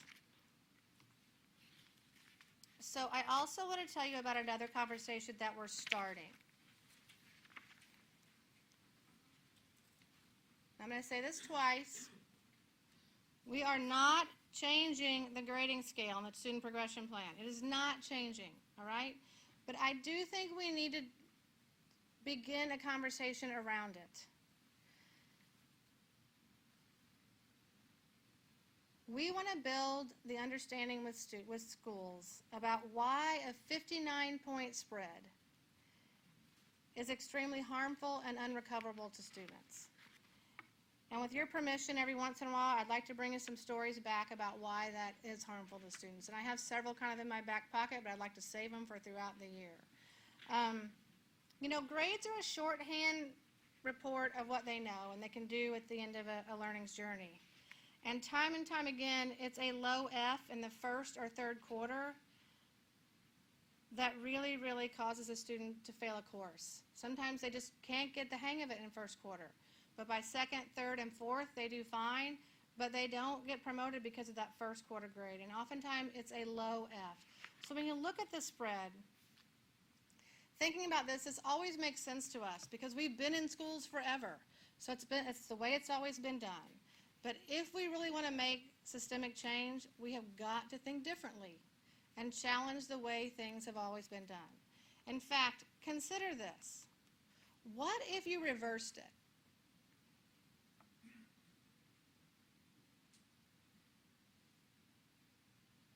We know that if we had A's starting in the range of 40 to 100, it would be a huge effect, an inflation effect, to our overall grades. So just as we wouldn't want to do that with A's, why are we doing it with S? We have a 59-point spread with an F, just like we would with an A there, and a 10-point spread between all the other ranges. So just because it's always been done this way does not mean it should continue to be so. And like I said, we are not changing it right now, but some teachers are beginning to consider that there should only be a 10-point spread throughout all the different grades. And we have lots of teachers that are taking that on in their own practice. And we're encouraging it because we know that a kid making a 17 will not recover. So if that happens in the first few weeks of middle school, the first few weeks of high school when they're just transitioning to a new level, a new school, that it will be very difficult. If we don't at least let them redo it and make it up, that's one option, right? But while we're not in that practice yet, we are encouraging people to consider not necessarily giving them a 0, but giving them a grade that's more representative on a 10-point scale. So we don't want students to get points for having done nothing. And they still get an F. Even if they got a 50, they're still getting an F, or a 55, they still get an F. But we're simply trying to equalize the influence of each assignment and that grade in the overall grade and responding in a way that leads to learning. So that's a conversation for future reference, but I do want to we are going to start those conversations coming up with schools. So I wanted you to be aware that that conversation is occurring. So I want to also say something just to end, that many of the things that we talked about today would not have happened, again, without the reorganization that we started last spring, in the spring of 2017, I guess it was, right? Yeah. I can tell you that the regional executive directors, the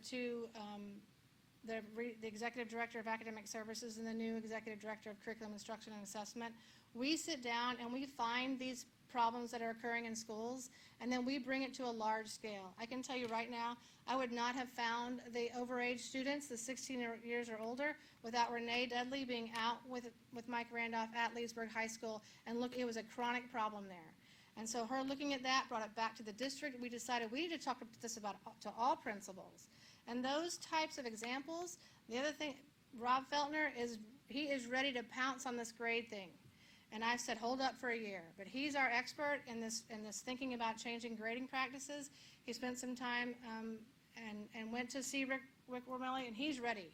So we've got people ready to do some of this work, and they're really good at it. With Katie working on the DSS, with her having the coordination, I can tell you that the conversation that we're having today is an example of how we all sat down and looked at the student progression plan. All of the directors in Katie's department, as well as Amy's department, working on the professional learning piece and not doing professional learning in isolation, but putting professional learning at the places where it needs to be around the initiatives that we want to really instill. Your reorganizational plan is working. So I wanted to kind of give that as an example, that it has had huge effects on us this year already. And I think it has huge promise for the future of Lake County students. So I'll answer any questions that you have.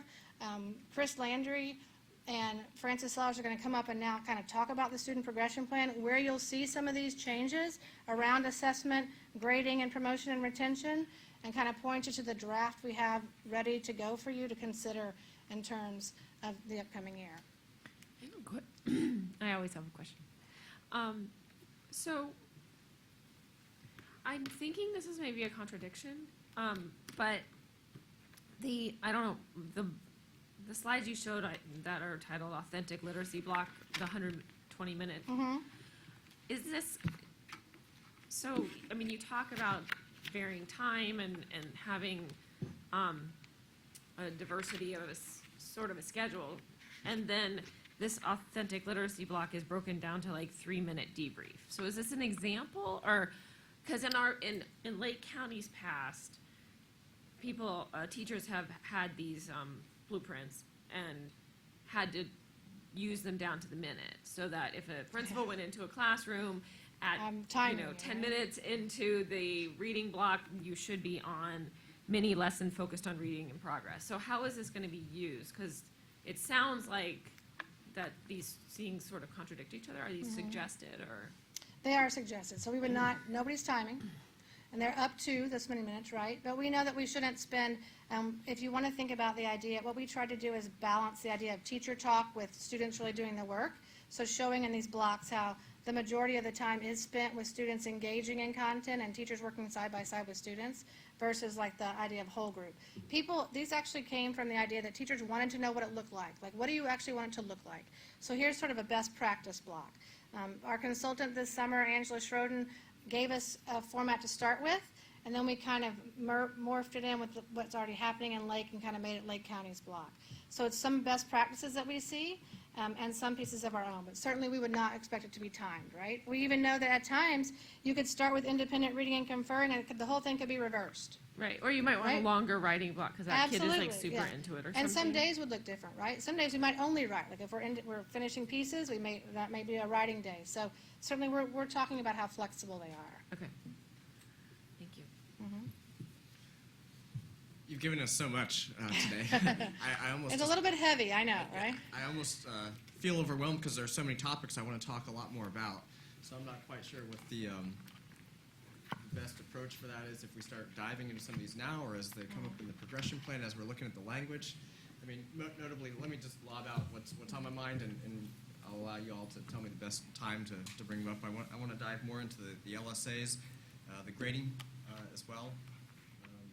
I guess those are the two big ones that I think would probably be the most So I will ask, discussion-worthy. yeah, so I'll ask that, I want you to remember that if we start down the grade, we don't have to have the discussion around grading necessarily today, because it's not part of what we're planning for this year and any changes in the student progression plan. We can go into it if you'd like, but we're gonna kind of build all year on that piece. So, just to understand that we're really talking about the idea of how do we help students recover from grades possibly this year? How do we help them have opportunities for resubmitting, retaking, redoing, relearning, right? And that opportunity of time, and making sure they have the time to do so. So I'll talk about anything you want to. You can see I'm very passionate about That's all right, the that's right. topics. I can appreciate that. But I don't want to mix up, I don't want to confuse any of the public or the community that part is being discussed heavily and being changed. It's not. I think I've said that enough times, right? It is not, the grading scale is not being adjusted this year. So I can talk about it. I can tell you that my job was to sort of set up the why behind the what. The what is the student progression plan and the changes that are occurring, and my job is to set up the why. So I can talk if you want, or you can look at the language. So if I can make a suggestion, because I know Dr. Burns just said I need a break, I as a superintendent, and I think it would be interesting with the LSA, some of those answers might come with the presentation from the pupil progression plan. So why don't we take a 5-minute recess? We'll let the ladies present on the pupil progression plan, and then we can have the discussion. That's what we're doing today. Sounds great. Is that good? Yep. Okay, so we're on Let's do that. 5-minute recess. Thank you. Thank Dr. you. Prescott.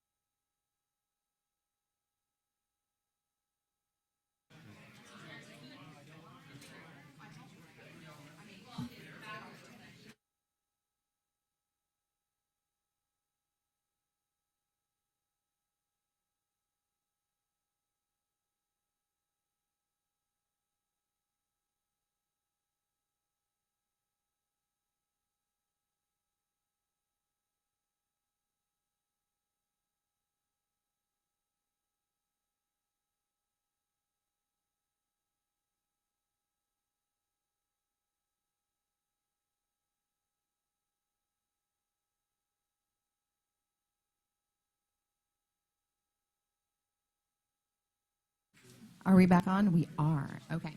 I'm going to call this meeting back to order, and I'm going to welcome Dr. Landry and Mrs. Sellis and Dr. Weisskopf. Thank you, ladies. Hi, good morning. Uh-oh, I know I'm supposed to bring this close to me. Is it okay? Okay. So we are here to present you with the proposed changes for the student progression plan for this upcoming year. And as you'll see as we walk through, that many of the changes reflect language that helps us and allows teachers to stay in line with our vision and all of the things that Dr. Weisskopf talked with you about. So just always a reminder as to why we have a student progression. Well, not only do we want to give guidance to our school leaders. Is it weird?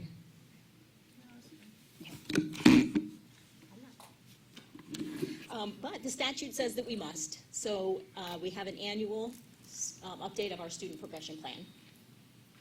We have a very large committee. Just wanted you to see that all the departments are represented. Throughout the document, a couple of minor things you'll see. The links to all the handbooks have been updated.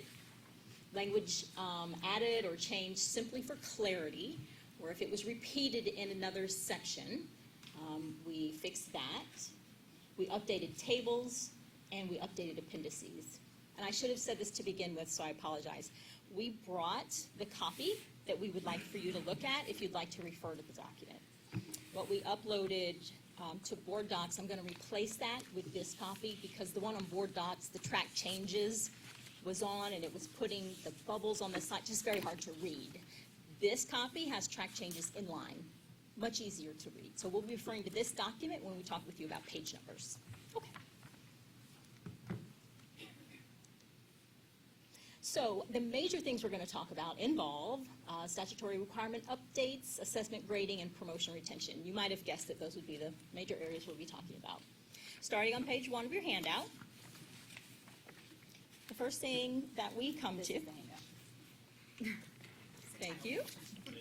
Can I ask really quickly on our copy, the blue, what is the difference between blue and purple? So blues are just links. Those are supposed to be active links.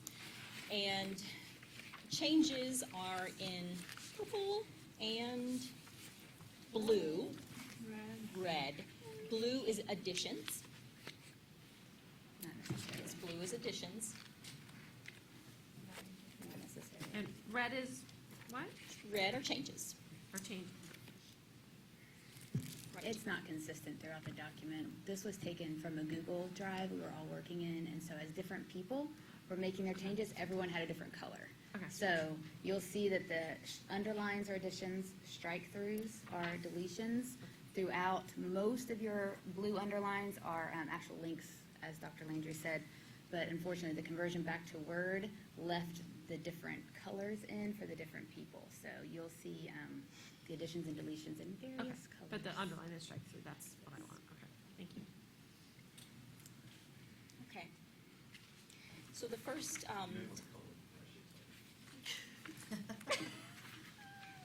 the first topic has to do with foreign exchange students. We added, based on feedback from high school principals, we added eligibility requirements just for the purposes of clarity and consistency. The principals that we talked with, they were using these eligibility requirements anyway, so we just thought we would formalize it in our student progression plan document. And that's on page 9 if you are kind of following in the actual document. Next is the Hope Scholarship. So this is an addition. This is brand new this year per the statute there. What we have added, and what I did was I just put the language from the statute because the language in the statute is so specific that it's just the easiest thing for me not to try and summarize it. Myself, Julie Summerlin, Sabrina Dillon Banks have been working closely with the attorneys to operationalize how this is going to look for the principal. So we're working on it. We're almost there. In fact, I believe she's going to come to the principal business meeting to talk with them about it and talk with them about how this is going to be rolled out. Do you have any questions? You look like you do. Well, it's not that we can make a change because this is a state statute, but I guess, I know there was some criticism as this was getting approved through last session. And case in point here, as you read it, just shows you how ridiculous it is. The way I interpret the first line here, if you're subjected to an incident of battery, So if you get hit one time, you get to go to a private school? Really? You get It's the not form. about It's on a, as available basis, so as there's money available at the tax collector's That's place. craziness. Yes, I mean, sir. because bullying is more of a process, you know, it's And not it a gets single incident. But investigated, right. this incident of battery, that is in fact truly a single incident. Well, and fighting is on here. Right, fighting as well. Yes, sir. Okay. Yes. It doesn't even have to be battery, That's correct. you don't even have to prove that it actually, like if on, You don't even have to prove that it actually happened? it's on. No, the purpose How of about this now? was simply to have more vouchers be available to the Oh, public. yeah. This is obnoxious. It is not at all about battery or harassment or anything. It's a complete lie. Parent opportunity. Parent opportunity. Excuse me, sir? It helped, it's aimed at how would we fund charter schools? Or actually private schools. Private schools, yeah. Okay, Okay. I've said my grief on that. Okay, I completely Glad we understand. clarified. I really do. So just to be clear, Yes, sir. that you don't have to fill out a bullying, there would be no report? You have to report a bullying incident, but the point is, there's nowhere in the statute that requires you to actually prove that it ever happened. But currently bullying, it stays at the school and is reported. So maybe we want to maybe look at it coming to the district to see if there's trends maybe? I don't know. And that's Bullying been is a sort of an different active. statute, yes, and Yeah, it well, does but require. it typically stays at the school, right? Yes, And sir. is investigated and that Yes. with the ramification that we may be losing students over it. I'm just saying maybe the district might want to look at I it think rather we- than just the school. Yeah, I think we're actually required in the statute, to collect that information, and then they do require that we look at any trends where we have school, where you have a lot of those issues being Okay. reported. And I know Ms. Turner's done a lot of work to research the statute and provide us guidance, and she's going to be meeting with our principals a week after next to go through the statute and exactly how we're going to execute that requirement. And that'll go under safe schools with Mrs. Banks, is that right? It's actually a combination of safe schools and educational choice. So Ms. Banks and Julie Summerlin will kind of partner on it. Cool. Yes, sir. Thank you. Okay, so as we turn to assessment, Ms. Sellis is going to walk you through these parts of the document. So back to the handout on page 2 of the red and green handout, you'll see what the additions and deletions are. And what we attempted to do with the handout was kind of cut out for you actually what was added and deleted in one spot, while you also have the larger document to refer back to if you want to see the whole picture of the additions and deletions. So the added part here is the quarterly LSA assessments that they're on the testing calendar now. They were some things in play last year, but they're officially on the assessment calendar within that not so easy to read chart because of the deletions and additions of whole charts. That's very ugly, but we couldn't really delete it without you all seeing it because, you know, it's a formal document. The other piece in assessments is the deletion of semester exams at middle school and high school. So in your larger document, it's all the language associated with semester exam requirements is deleted on page 54, and then within the high school section, that would be page 75. So all that I have put on here is just that struck-through language. No additional language was added in terms of assessments, outside of those being added to the assessment calendar for the district. But we, outside of EOCs, of course, as cumulative exams by the state, those semester exams are no longer required and will no longer be 20% of a student's grade at first and second semester. So how does that play out? Like,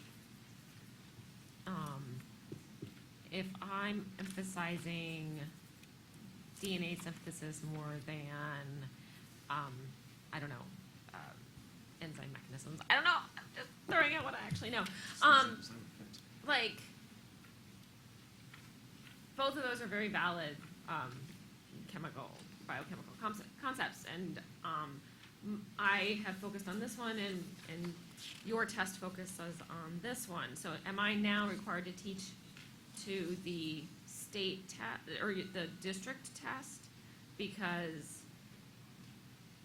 I don't necessarily want to give my kids an extra, I mean, that forces me on what concepts to focus on, basically. So I think it Is that the does, goal? hone us into the standards. So while my most favorite part, I'll use ELA, is maybe teaching Hamlet. But maybe Hamlet isn't necessarily what I should be, or is the most important part of the standards for ELA in 10th grade. So while I can use Hamlet to achieve maybe the standards that are required, I think the LSA assessments being quarterly and kind of honing us in on what the standards, what should be taught within that range, will help us focus our instruction, our assessment for all of our students. So I think the idea is teachers will continue to be able to use their favorite literature or their favorite topic, but they still have to achieve certain standards in order for our students to be successful. So that may be On the where tests. this, right.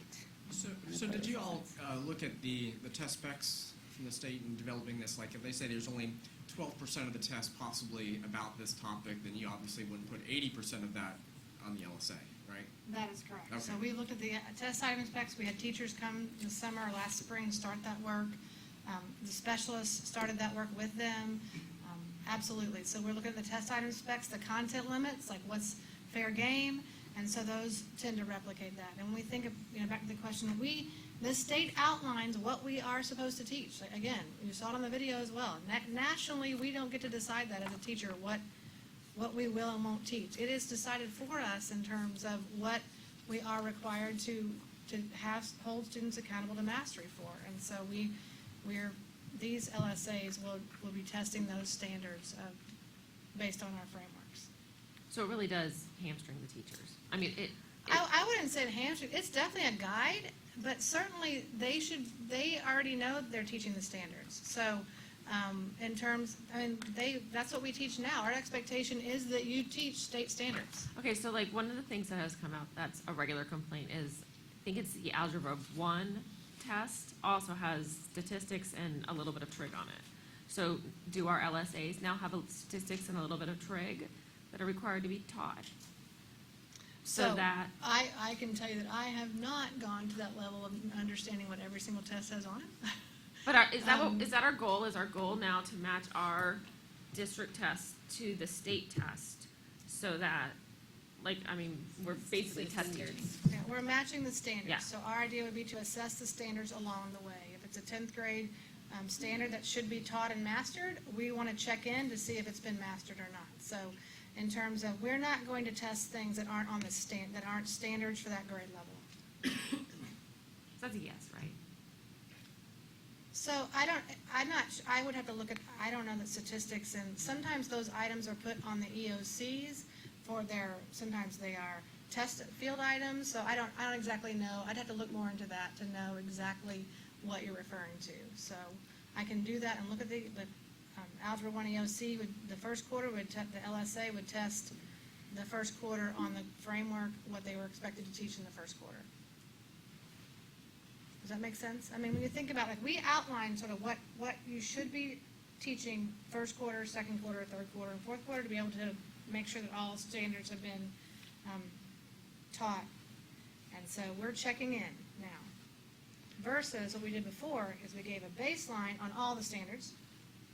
So what you would say is, I haven't taught any of them yet, right? So it doesn't give you a whole lot of room to plan, except for it can tell you a little bit of information, and we have a mid-year, is what we did before, which we're still giving based on cumulative to say, yep, they got most of the first semester standards, and maybe I can time out my second semester based on what my kids might already know, because I might have gotten ahead of the framework. I can certainly keep going if my students are mastering it, and it helps me plan and time out until the actual assessment's given. So we check in, first and third quarter, And the first and third quarter ones are 20 minutes long? 20 questions. 20 questions? So they're done within the period of a 50-minute class, a 42-minute class. You can take it within a regular class period, so that you don't have to alter a schedule. If I'm trying to recall back to some of the information you gave us before, the first, the quarterly ones, those are specific just to that quarter, and that potentially those could be graded because it's material that teachers actually taught. The mid-year is where I'm a little fuzzy. Is that one also inclusive of standards that have not yet been taught? It is. Okay, so that one we would recommend that teachers not grade because they haven't taught the material yet. Absolutely not. Okay. That is correct. Isn't there a statute that says we can't grade our progress monitoring tests? Like, I thought there was an actual statute. Everything is progress monitoring. I mean, Yeah, at the end of every unit test. The district progress monitoring tests, the district ones, I thought had a statute that said we couldn't grade. Mm-mm. Not that I'm aware of. I can check. The teachers, you said, would have access to, they see the questions, they can provide feedback on the questions. I think that was a big criticism of me, of this process before that I had, was that they never really saw the results except just numbers on a page, and they couldn't really seem to make sense out of that. So that process seems to be changing, at least for the quarterlies. Is that also true for the mid-year, or is... I'm having trouble because it looks like they're bulleted differently, so I'm not quite sure if they have different sets of rules or parameters to go with them. Mid-year, do they see the questions and individual results on that? They do see individual results on it, and when we put them in performance managers, you can see the, Okay. you can see the test by question and what they've missed, what All they right, haven't great. missed, so. Part of it is that new platform allows you to, you can see how many Will the kids missed a kids certain piece. get it back? Will they get it back? So they don't get the test back, they get the result back. So that's confusing. so- I mean, it's not, I understand what you're saying. It's, It gives them the results by standard, it's not though, a good so- teaching tool. Results by standard. Yeah, so, So I I believe might so not- in Performance Matters, I know that, Yes, yeah. they'll give you results by standard. So they know which standards they're not meeting So I might not nationally. specifically see, oh, I missed question 3 that says, you know, well, whatever it is, but I would know what standard that is, and then I, as a student, can know how to. And parents will too. We have- Well, we have under a this new requirement. platform, also, It's online. if, on the new platform, that you would be evaluating too, that if 18 kids all miss the same question, then we need to look at the instruction as Probably well. not a great question. Right. Or there's probably a common misunderstanding among my class that I need to go back and reteach. Exactly. Yeah, and I think that's the benefit. The That is whole the benefit. idea is to inspire learning, Right. so. Anything else on assessments? This is a general question, not necessarily related to the pupil progression plan, but what will we be evaluating teachers on if we're taking away some of those semester exams and progress monitoring tool? Do we know what we'll use for that piece yet? We weren't evaluating them on that, were they? Well, I didn't think on that. I'm just saying, like, the semester exams are out of there, and I know we had some, and maybe I'm completely off, but what is the component we're using for the assessments or the student data on the teacher evaluation? The end of year FSA. FSA, for young grades, it's iReady. for everybody. Okay. So teachers that want to still move forward, let's say with a semester exam, they would obviously either create that themselves or because if they give the second quarter LSA, they can't call it the semester exam because that's only half of the semester. Right. And we're trying to discourage them from giving a semester exam at this point, or would they still do it? And where would that get factored into the grade? So if they did choose to do a semester exam also, then it would just be part of their either second or fourth quarter grade. Right. It would not be 20% as stated before, where Okay. you had first and second quarter were 40%, and then your semester exam was 20. It would just be another test within their second Right. or fourth quarter. And that'd be pretty What silly about- to do because they just gave a test on the second quarter when they gave the second Mm. quarter LSA. If they choose to use If their they, LSA. right. Okay. And are we creating, what about advanced classes, remedial classes? Are we creating all tests for all of these different grade level, or like English, ELA, if you want to take ELA? There's at least 3 levels, right? There's going to be at least honors, regular, remedial, and then AP. And we're going to create 4 different tests? So that, again, the test measures the standards, so the standards for ELA 10 are the same standards. So when it comes to, there's just one assessment for English. So isn't that teaching to the middle? Like, kind of by definition? So it doesn't necessarily mean you can't teach above and beyond it, but we're assessing what the state is expecting us to teach at that level. What their requirements are. But if you teach above and beyond it, you may be teaching like much more in-depth concepts, and then the kids are tested on something that they're not familiar with. I mean, normally when you give a test, you have an idea of what you're going to be tested on. You know, so you can study. Yeah, so it's, I don't, So how does that even work? I mean, how does it work? How does it roll out? Like, if your test is like, if you're like in an accelerated AP or, you know, class and you're doing some in-depth thing on Othello and you're being tested on, I don't know, what are you being tested on? Main idea? so we only have LSAs based, you can see in the chart, just for the tests that are given at the state level. So like an AP course does not have an LSA.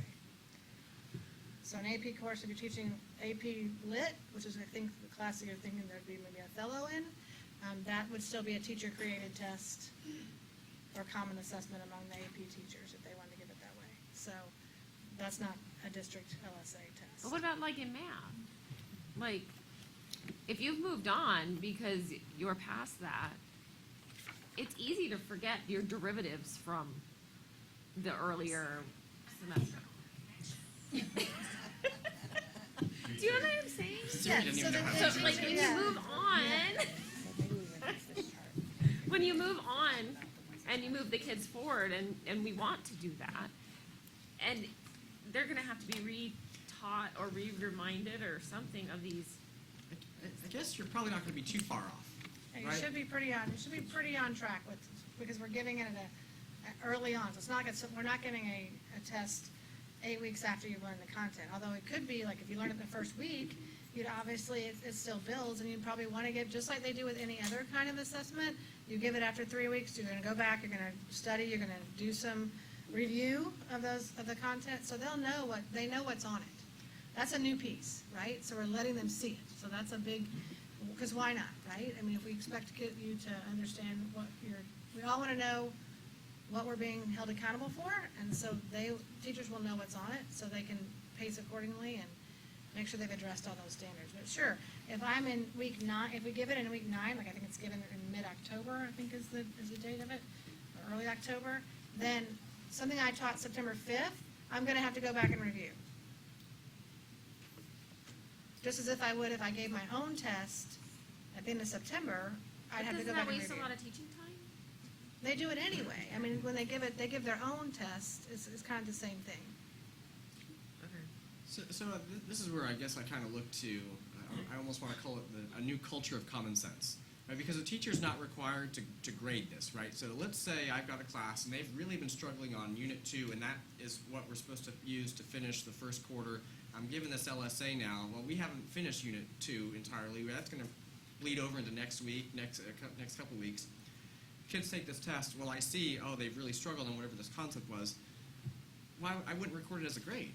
That's correct. I would just say, well, we need to spend more. Obviously, I know we need to spend more time on that. We would never want teachers to hold kids accountable for content they have not taught. And they have that option too. So these do Yes. not have to be graded. Absolutely not. And But they can be used as a grade. Okay. So then they could give their own final exam. So I guess the question is, I'm sorry. No, go ahead. I guess the question is there going to be some sort of mandate that we're going to tell principals that you can't mandate that all your teachers count this as a grade? And I go back to, at one point, I've had a kid whose principal said, this test will be counted as a grade. And it's like, what in the world? Because there were standards on there that were not taught. Mm-hmm. And yet, she got the 65 in the grade book. Well, that sounds great, right? You knew more than half the stuff, and they haven't even taught the stuff yet. But, so, the teacher in the email to the class, or to the teachers, or to the parents said, I don't want to count this, but administration is telling me I have to count it. So, how do we get that connect to occur? Yeah, we make sure that we're clearly communicating. We have a business meeting in the week after next week, to talk to them about this new assessment calendar, and to reiterate that it's an option to use it for grades. Okay. Then my last question is on the science LSA. I see it listed in the narrative, but I don't see it in the chart. I'm on the elementary page. Or actually, it's everybody K-12. Can you tell me page number? Oh, 33? 33. I thought I had put that in. I had that. So in one of the drafts of this, we had added LSA science, and our X's were in 5 and 8, 5 and 8, because right. those are 2 grades that that assessment is Okay. given. So So that needs to be fixed. it will be added. Catch. Thank you. All right. I don't even like science. So then how does the iReady play in, looking at this page? Which there's not iReady, there is iReady reading. Looks like there needs to be a line between those. Like a different column.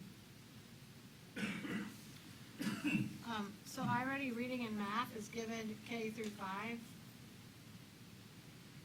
Is it given together? Is it one test or 2? No, it's 2. So we need another row, 5.5. Want to split? You want them split up? Well, I'm just, aren't they 2 different tests? Then yeah. Let me give you can split them up. So how often are they given? Beginning of the year and mid-year are given K5, let me make sure that's right, and then end of the year is given for K3.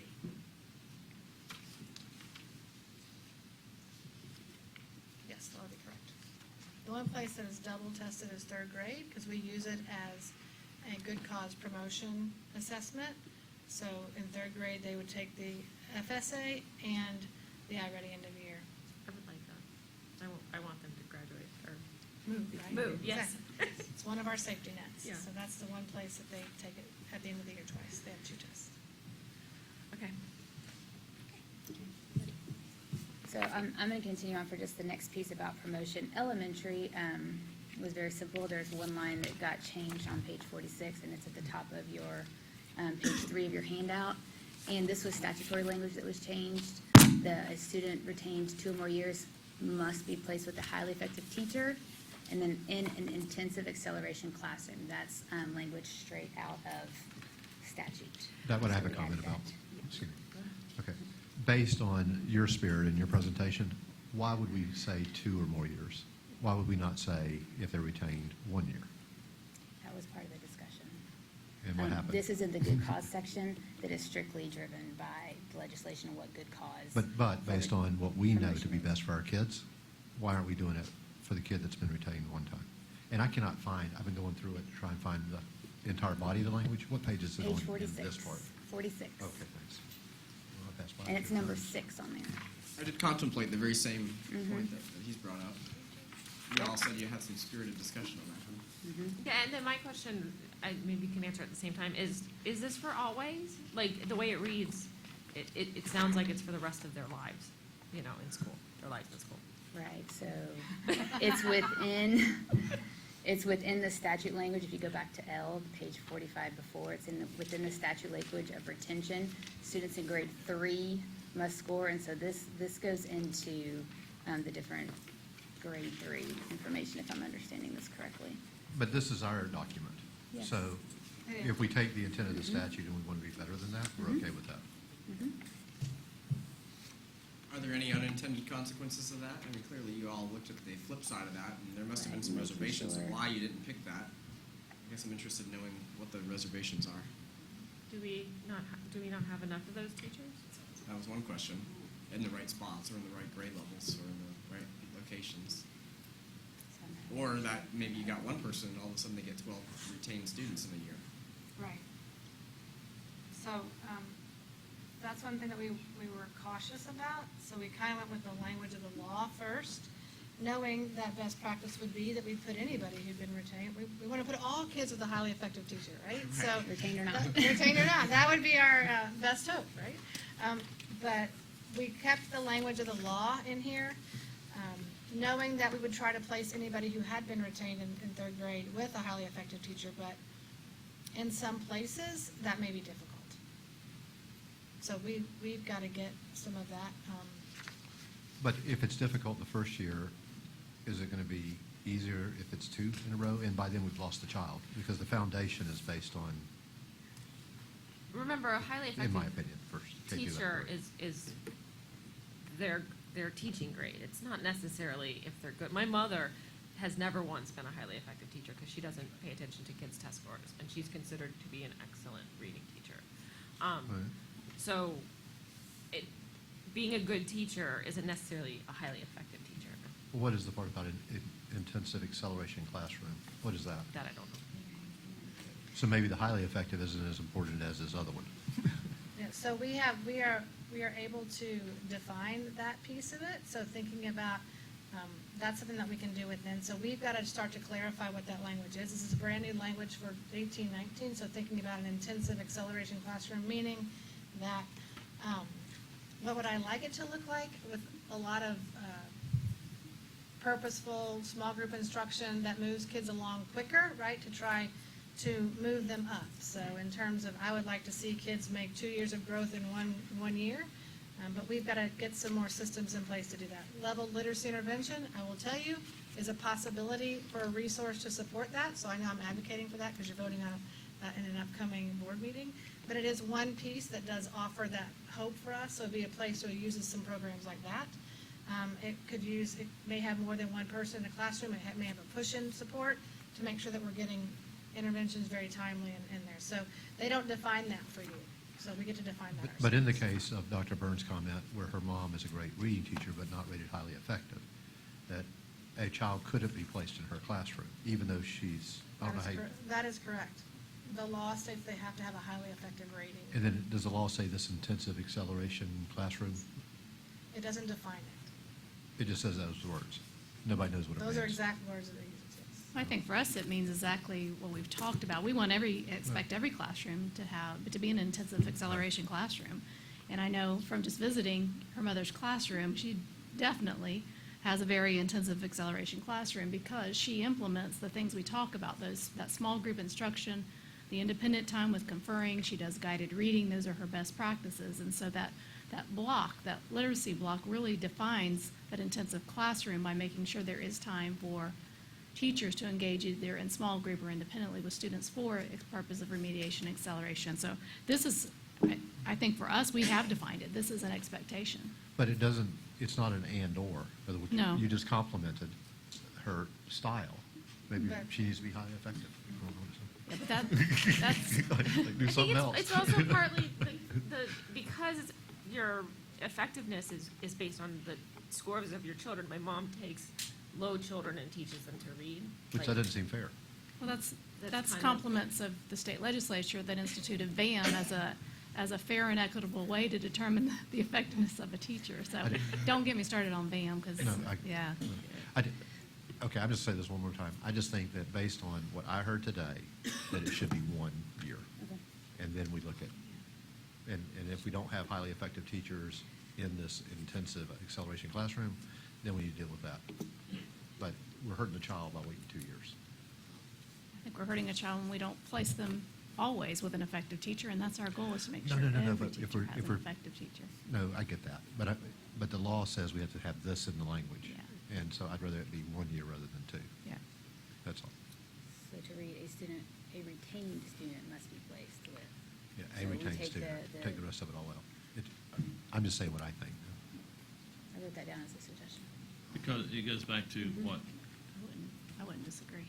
was presented to us about Absolutely. the student may, once they get into the age where they can just drop out, well, what have I got to look forward to, you know?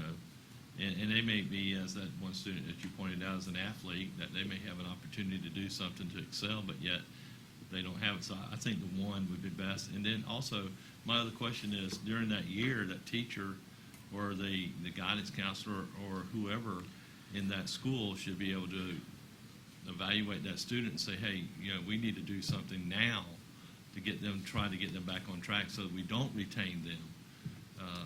So are we lacking something there at the schools? I'm not saying,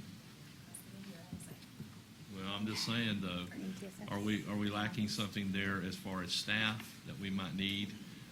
I think there are changes to our MTSS system of support, knowing that all kids are in MTSS at some point or, at some point in the system.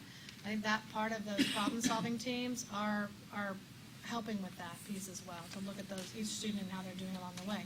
The LSA, will help with that. I mean, in 3rd grade, you're looking at your iReady assessment beginning of the year, the mid-year would help us say, man, they've made great strides. Like, is there a place can we do something about that? So I think we've got some systems of support for that. How many kindergarten students are retained, do you know?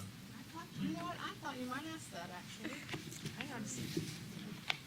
A lot. Well, the reason I asked, my daughter, either my daughter or my son, I don't remember which one it was, they wanted to retain them, and I think it was because of something simple that they just didn't grasp at that time. And, you know, and some of it was to do with vegetables and things that we didn't at the time eat at home. You know, so they were not used to that, but that was part of their testing. I totally buy that. Yeah. Thinking, just a second. I have a number. I think it's 140, but I'm gonna check. Out Because of- there's 419 We have, all through the county. We have 140, I can tell you how this, we have 140 in 17, 18 that were retained. In 16, 17, we had 239. One of the things that happened over this year, I'm going to be quite honest with you, is I asked people to make good decisions about kindergartners, and I had them stop using the appendix that told them they had to have all those requirements before they could move a kindergartner on. So we went from 239 to 140, a difference of 99. Part of it is that we still have the mindset that if we train them in kindergarten, that's the place to do it. At least if you're going to do it young. What we know is that it's not necessarily true. And believe me, I have very strong opinions about this. So if you would like to hear a lot about it, I could talk for a long time. But let me just give you one example. Oftentimes we say, it tends to happen to males more than females, that students are not mature enough to go on to first grade. Now, I just want you to think about this and tell me that this makes even a bit of sense, that I would take an end of the year kindergartner as a 6-year-old, is probably 6 or ish, right? And I would say, you're going to become more mature by, I'm going to put you back in school with a bunch of baby 5-year-olds. But grow up, right? It never works. No. The way to make kids more mature is to put them with first graders who are more mature and say, now, buck up, buddy, you got friends, you want to, grow up a little bit. That's how kids get more mature, is you put them with kids who are their age and act older, right? So the maturity thing never flies with me. But we still have, it happens a lot there still. I mean, we're still not, I don't have that, not everybody thinks like I do. And so we still have a lot of practices, and I looked very carefully at the schools. I have it by school. It's where it happens the most in elementary, is still that kindergarten year, because they do think that if they hold them early, but you can see the consequences are great by saying that a 5-year-old or a 6-year-old isn't quite ready. Well, we know that kids learn to read it all day, and it's always usually based on reading, and we know they learn to read at different levels. We know that some kids learn to read in first grade and second grade, and we know the light bulb comes on at lots of different places, and so. So are you considering like a transitional, I know in some other counties that we work with, some of our interns get placed in like a transitional K-1. And it's specifically, so I'm thinking now about the work that I did last year in third grade, just volunteering in classrooms. And sometimes there is such a spread that we've got third graders that can't read basic sight words that are in third grade now. And you wonder, how did they get to third grade at this point?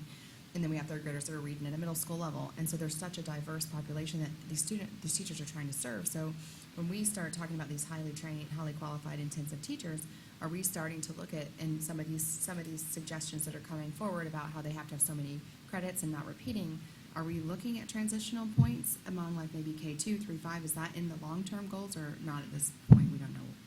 Looking at transitional classrooms? Yeah, something to that effect, where we would be able to meet the needs of this group of learners in third grade. Maybe it's that block time, maybe it's the remediation, the MTSS block time you guys talked about, but where we're actually going to break them out into their needs-based peers. So part of it is that remediation acceleration block that works well for that. I'm not saying we're opposed to it. We kind of look at it based on a school-by-school basis. I will tell you at one school in particular, we had a conversation this year. We had a large number of third grade retainees, and we did talk about putting them in a classroom together to try to see if we could do some heavy remediation, all day. Yes. And so that maybe we could get them onto fourth grade strategically, right? So we have talked about some grouping that way. We don't want to have it as a practice. We Right. don't necessarily believe in homogeneously Right. grouping kids. Right.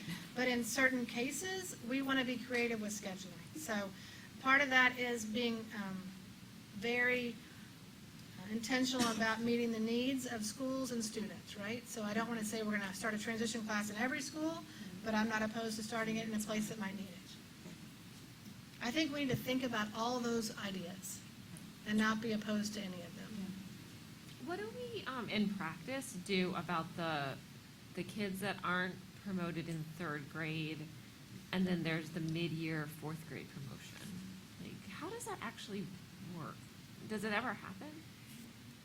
Sure, if we have students that, for instance, you can do a portfolio, we have a portfolio as one of the good cause assumption pieces. If we have students that have started a portfolio and they finish it during their, like the beginning of their retained third grade year, and we see that they have mastered those particular,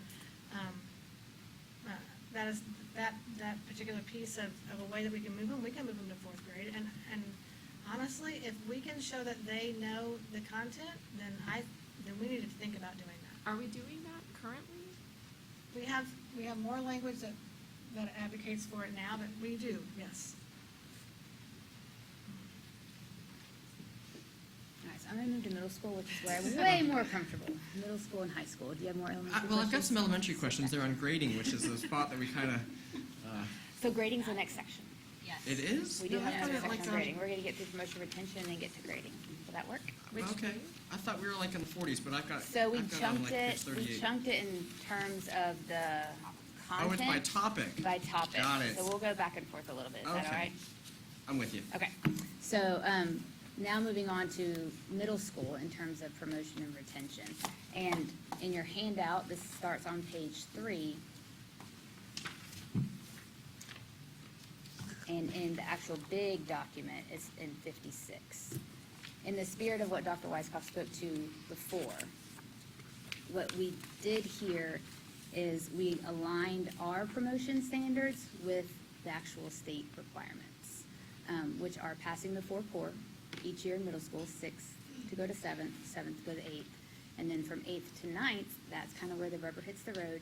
You have to have passed all 12 cores, so 3 math, 3 science, 3 social studies, 3 ELAs, in order to be promoted to 9th grade. So this section is always choppy and kind of ugly because there's language about going from 6th to 7th and 7th to 8th, and then separate language about going from 8th to 9th because of those statutory requirements. Previously in the progression plan, students had to pass 5 classes, so the 4 core plus an elective, and have a GPA requirement and an FSA requirement. So you'll see all those additional requirements that the state does not require are proposed as eliminated. And we've kept it simple too, that they need to complete 4 core. What, I already got a letter this year about a kid going into 9th grade, who was homeschooled. So what do we do about homeschooled or, private school where it doesn't match up to our core curriculum?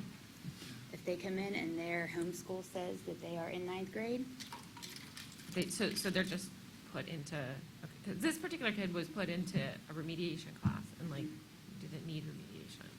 So like how, I mean, maybe that was what, homeschool's a whole other set of rules. so like, do we have, like, would they typically be put in, like, I don't know why that particular kid was put in remediation, but like, would they typically be put in average classes or are they given some sort of evaluation? Well, I think what I hear that principals are doing is, so Francis is absolutely right, the homeschool parent 100% decides what grade the student is in. So they come and say, my child's in 9th grade, here you go.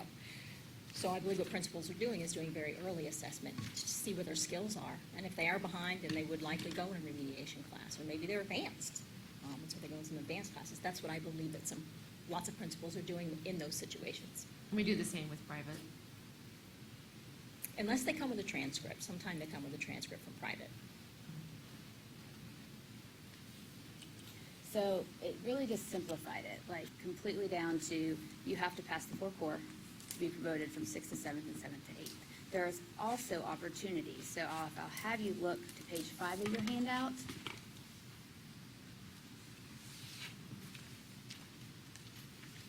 The green. So this is additional language that's being proposed in terms of some conditional promotion criteria to go from 6th to 7th or 7th to 8th. And what this does is it prohibits the student from repeating an entire grade, 6th grade, for example, because I failed ELA. In our current practice, we have many students who they fail ELA, they don't make that one up, so they haven't passed the 5 and have the 2.0 or whatever the other criteria. And then they repeat the entire 6th grade year, all the content they already passed the first time. It's kind of our current way of operating. So what this language does is allow the student to go be conditionally promoted to 7th with the idea that they'll have summer or during one of their electives, instead of having an elective, maybe they would do their 6th grade English again. But while continuing to progress through the grades so that they don't end up being that retainee who's 16 when they hit 9th grade, and then furthering our opportunities for dropouts.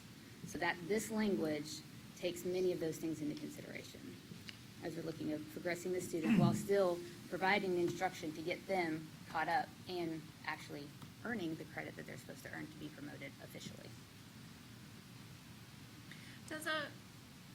Let's take the example of ELA, because, I mean, that's, reading is obviously one of our biggest goals, obviously literacy. Does repeating a 6th grade ELA class that they failed work, or do they need some sort of intensive class or better teacher or, So akin to the concept behind that bad sentence? Right. High effective. Well, so think about the remediation block that we put into place as well. So hopefully, the idea of that remediation acceleration block will have less of these students who are failing like whole classes like that. But in order to be promoted, when it's all said and done from 8th to 9th, they have to pass ELA all 3 years. Like, we have to, at some point, we have to get them to pass ELA 1, in 6th grade. So I understand that sometimes just taking the class over isn't like the best answer. That's not going to do it all. But between that and remediation, we can go ahead. They can get that grade, so we can promote them to 9th. So they're going to have a remediation as well? Well, remediation is, yes, remediation is within every school now for this purpose. Okay. So hopefully we won't have Oh, as many got it, students okay. failing ELA 1 in 6th grade, because there is a remediation block within the school that students will be scheduled into to prevent some of these classes. Right. Does that make sense? Yeah, I'm just, because putting me in the same exact Right. thing and repeating the same exact material doesn't mean that I'm going to learn it if I didn't learn it the first time. Exactly. I probably will not understand it a second time. Mhm. Right. The remediation block is going to be a big piece of that. And hopefully we'd be smart about scheduling and give you a different teacher, a different opportunity if somebody says, you know what I mean? So we wouldn't put you back with the same teacher, so it's taught the same, So Yeah. sometimes things like that work, but like Francis said, at the end of the day, they have to have a passing grade for ELA 6. So you can give them an intensive reading class, but that won't count. They have to have a grade on their transcript that says ELA 6. Okay. Okay. So that's like 6 to 7, 7 to 8, right? Because remember, that's different than 8 to 9, because by 8 to 9, we have to have all the pieces in play. So if you'll look at handout, where am I? Handout page 6, am I going one more? Yes. Nope, that's high school. I just had a quick question on page 5. Didn't you probably would know about this? Didn't we have something though years ago that if a student got into this type of a program where they were put up or allowed to do recovery, that they signed a contract, an agreement or something? Just So it probably, that kind of contract or agreement probably mimics what this conditional promotion kind of language is. That says, like, everyone knows, like, we're conditionally promoting you to 7th, but understanding of, you don't actually have everything you're supposed to have, like, we're gonna work towards assisting you to get what you need to have. So I don't know if maybe, I don't have the background of that, but the conditional promotion language, to me, is that kind of agreement. That we're gonna work with you, we're not gonna repeat an entire year of the same content, but support you through. And I think it's very important that it was pointed out that you're not going to take the same classes over that you've already passed. I mean, in most tests that you have to go retake, you don't have to take what you've already passed, you take what you missed. So I think that's very well pointed out. So from 8 to 9, and for some reason I'm not finding it, on page 4, excuse me. Go back on page 4. Yes, so page 4, scoot back to page 4 for middle school promotion. I jumped to the conditional promotion because I wanted you to see that. B, it's in black towards the top, and then green, the language now reads that they need to pass all of the core, and for students who fail a required course, course recovery options are available. And that's left in a way to give us options for students. Okay? So what do we, so that is our hurdle. There will be more retentions in 8th grade, right? I mean, I think the shift in it's everything harder we're to go trying to to do. 8 to 9 than is. it is 7 to 8. It is, Right. because they've got that barrier, like, we cannot promote the student to 9th grade unless they have the 12th, right? Like, we can't. So, additional options, we've got our like virtual throughout the summer, the idea of kind of some hybrid-y kind of courses that retained 8th grade year, where you are getting some 9th grade courses at the same time, you might be recovering some of these 8th grade or 7th grade or 6th grade courses we're still trying to get you through, so that you don't stay all the way behind. So again, not repeating the courses you've already passed, right? So if I'm that 8th grader and I'm missing, I'll go back to ELA 8th grade, right? Looking at some hybrid options of getting the majority of some of our 9th grade classes kind of scheduled while making this up, but I'm still an 8th grader. So we're looking at So some. what school would they be at? That's part of the discussion we're having to make sure that we promote students. So you haven't decided? So we've written that we are school of instruction. So if, ideally, if I'm at East Ridge Middle and I have failed 8th grade English, I didn't make it up over the summer, let's say my family couldn't get me there, I wasn't disciplined enough to do it online myself, then we're looking at the idea of sitting at Lake Min as an 8th grader in Skyward, taking 9th grade ELA, taking my 9th grade classes and still having my 8th grade class online in a E2020 kind of situation, something, but not doing this mid-year promotion. Because one of the things I heard a lot about was we had kids who failed one class, spent the first semester in middle school, finished whatever they might have failed, and then at Christmas, we go put them at high school. Second semester, 9th grade. So they finished they've missed first semester of their entire 9th grade curriculum. And a student who maybe is already a struggler, we've now put into the middle of all of their course content and then kind of expect them to get it together and pass everything. So we're looking at a way to do this, and the school of instruction is the tricky piece, but in Skyward, they're not promoted. The child is not promoted. They are an 8th grader, but we're giving them the option to get that 9th grade first semester content in and then get promoted whenever they've actually accomplished their 8th grade, 6th, 7th, 8th grade criteria. Is part of this to make sure that cohort is solid moving in? Is that the whole strategy behind this? A big piece of it. Right, because if they come in half a year, they're a 9th grader with a cohort that started in August, but now they're a January kid and they've missed all the first, they're already a semester behind.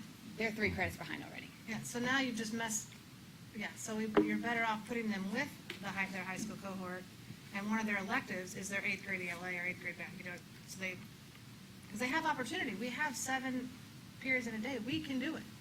You can put them over there and have them take 9th grade classes. But we have to be very clear, they are not promoted, because that is the law. Like, we can't promote them to 9th grade without those criteria. So, it's that making sure that we're understanding that that's still an 8th grader. We're just providing opportunity for them to go into their cohort successfully, as opposed to in January, and then having to already make up 3.5 credits because they missed the whole first semester. Right. So this is tricky. Like, are we training our guidance counselors on this? We will. Like, is that We're the starting to, yeah. group that we'll have to work with? I mean, because it's a quirky thing to do. Now, I understand when you say, are we training? Or We're bringing you the language, like, you have to approve this first. So we can't train on things like, what we want to do is what's best for kids, right? So we're talking about what's best for kids. We are also not willing to not meet the letter of the law. So what Francis keeps us on the straight and narrow, where you cannot promote this child, and I'm like, we're gonna put them in high school and make sure they've got that they're moving on. We don't want kids behind, so. And so That's how where does you that see- sort out with funding if you're going, like you're a fake 9th grader? Because you're really an 8th grader until you pass the class, right? And then you Right. automatically become a 9th grader? Then we would promote them in Skyward to 9th grade. Right. once they pass that February. Funding wise, we would get middle school money for them, right? Until they changed in Skyward? I'd have to ask.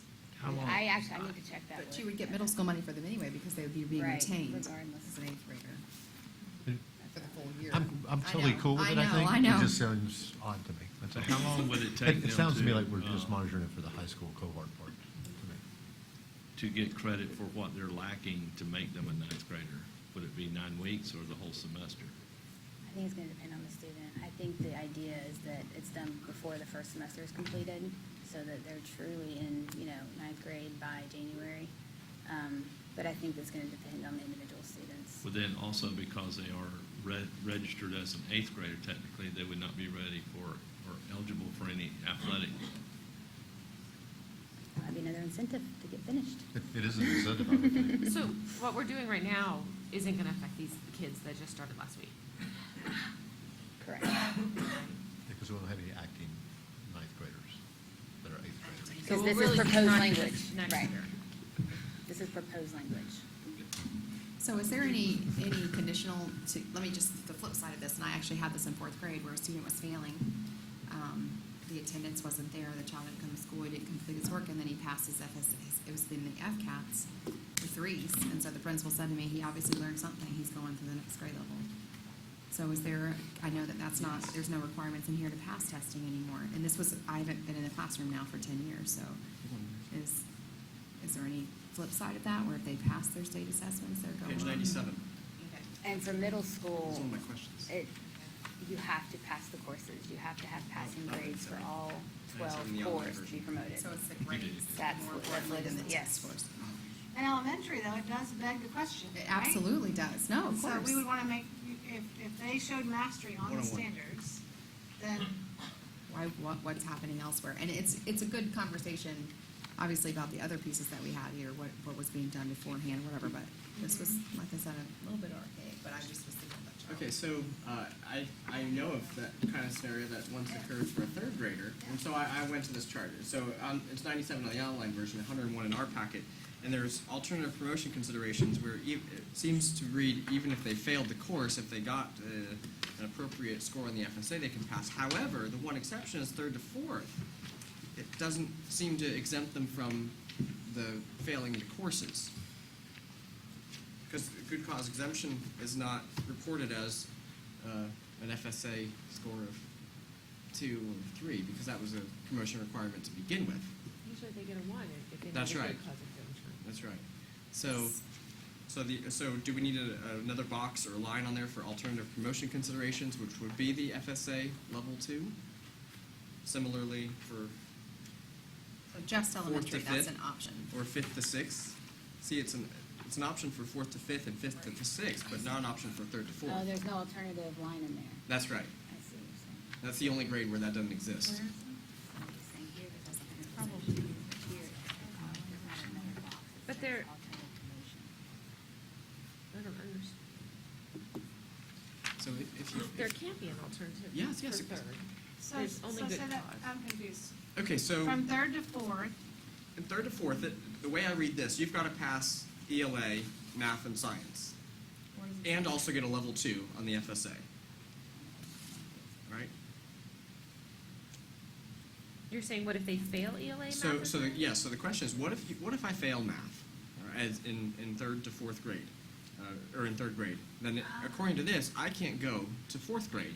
But if I fail 4th grade math, I can go to 5th grade if I've got an appropriate score in the FSA. So Yeah, he's right. So 3rd to 4th is the only wacky one where the alternative promotion consideration isn't there.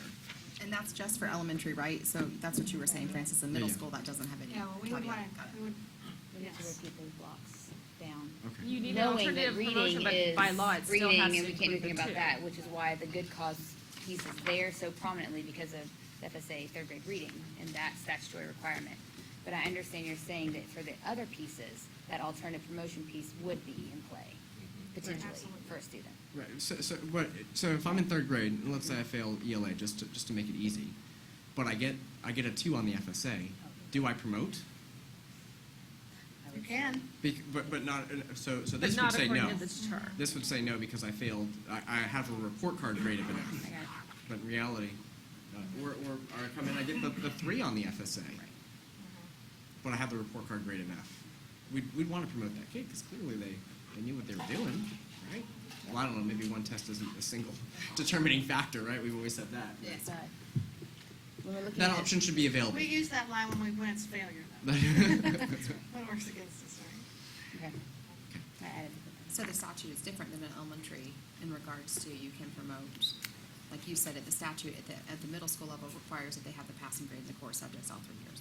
It's so concrete in middle school. Okay, To go to high school. right. To get Like to now, high if you go to school. elementary. Right, got it. Now my pages are out.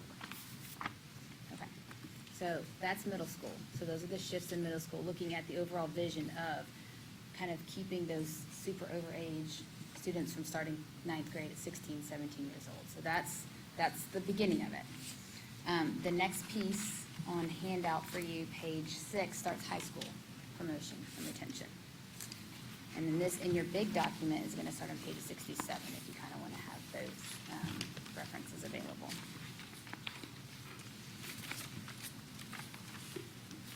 So you'll see we added in a completely different thought process of language to how you go from your first year to your second year to your third year to your fourth year of high school.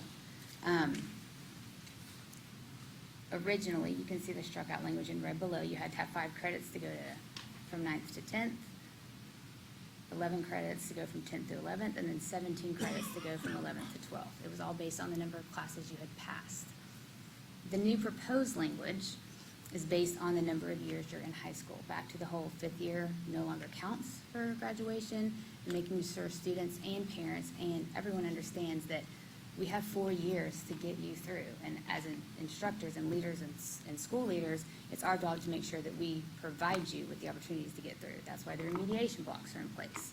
So the new language states that after 1 year being designated as a 9th grader, you will be designated as a 10th grader the next year in the student information system, Skyward. It doesn't guarantee that you've met all the requirements to get to 10th grade or your second year of high school, but it's our requirement to make sure that we then catch you up.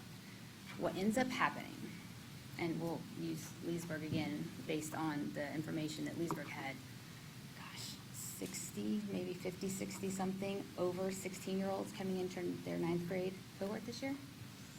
They have students there because they didn't meet the 5 credits year after year. We have 18-year-olds sitting in 9th grade still. Because based on the progression plan, they were not, the students are not performing in school. There could be a million reasons. We're not here to go into that. But this idea keeps them within their cohort, puts the pressure back on not just the school and the teachers and the student to understand we have 4 years. So after 9th grade, if you failed a class or 2, you're going to go to 10th grade. We have 7 periods in a day plus remediation block to look at some E2020. Does it need to be just in remediation? Am I doing it online with like virtual? We have all the different options in order to get them caught back up, but they're going to go to the next grade. And this is going to help in a couple of areas. Our FSAs. When that student repeats 9th grade, they're retested in 9th grade, they're recounting in our achievement in 9th grade, instead of going to 10th grade and then counting for 10th grade, which is actually where they should be counting. And the same thing from 10th to 11th. The student is in 11th grade, and they're retaking the FSA, they're counting in retakes. If they stay in 10th grade again, they count in 10th grade achievement again. As a first-time As a tester. first-time tester, instead of counting as a retaker, as an 11th grader.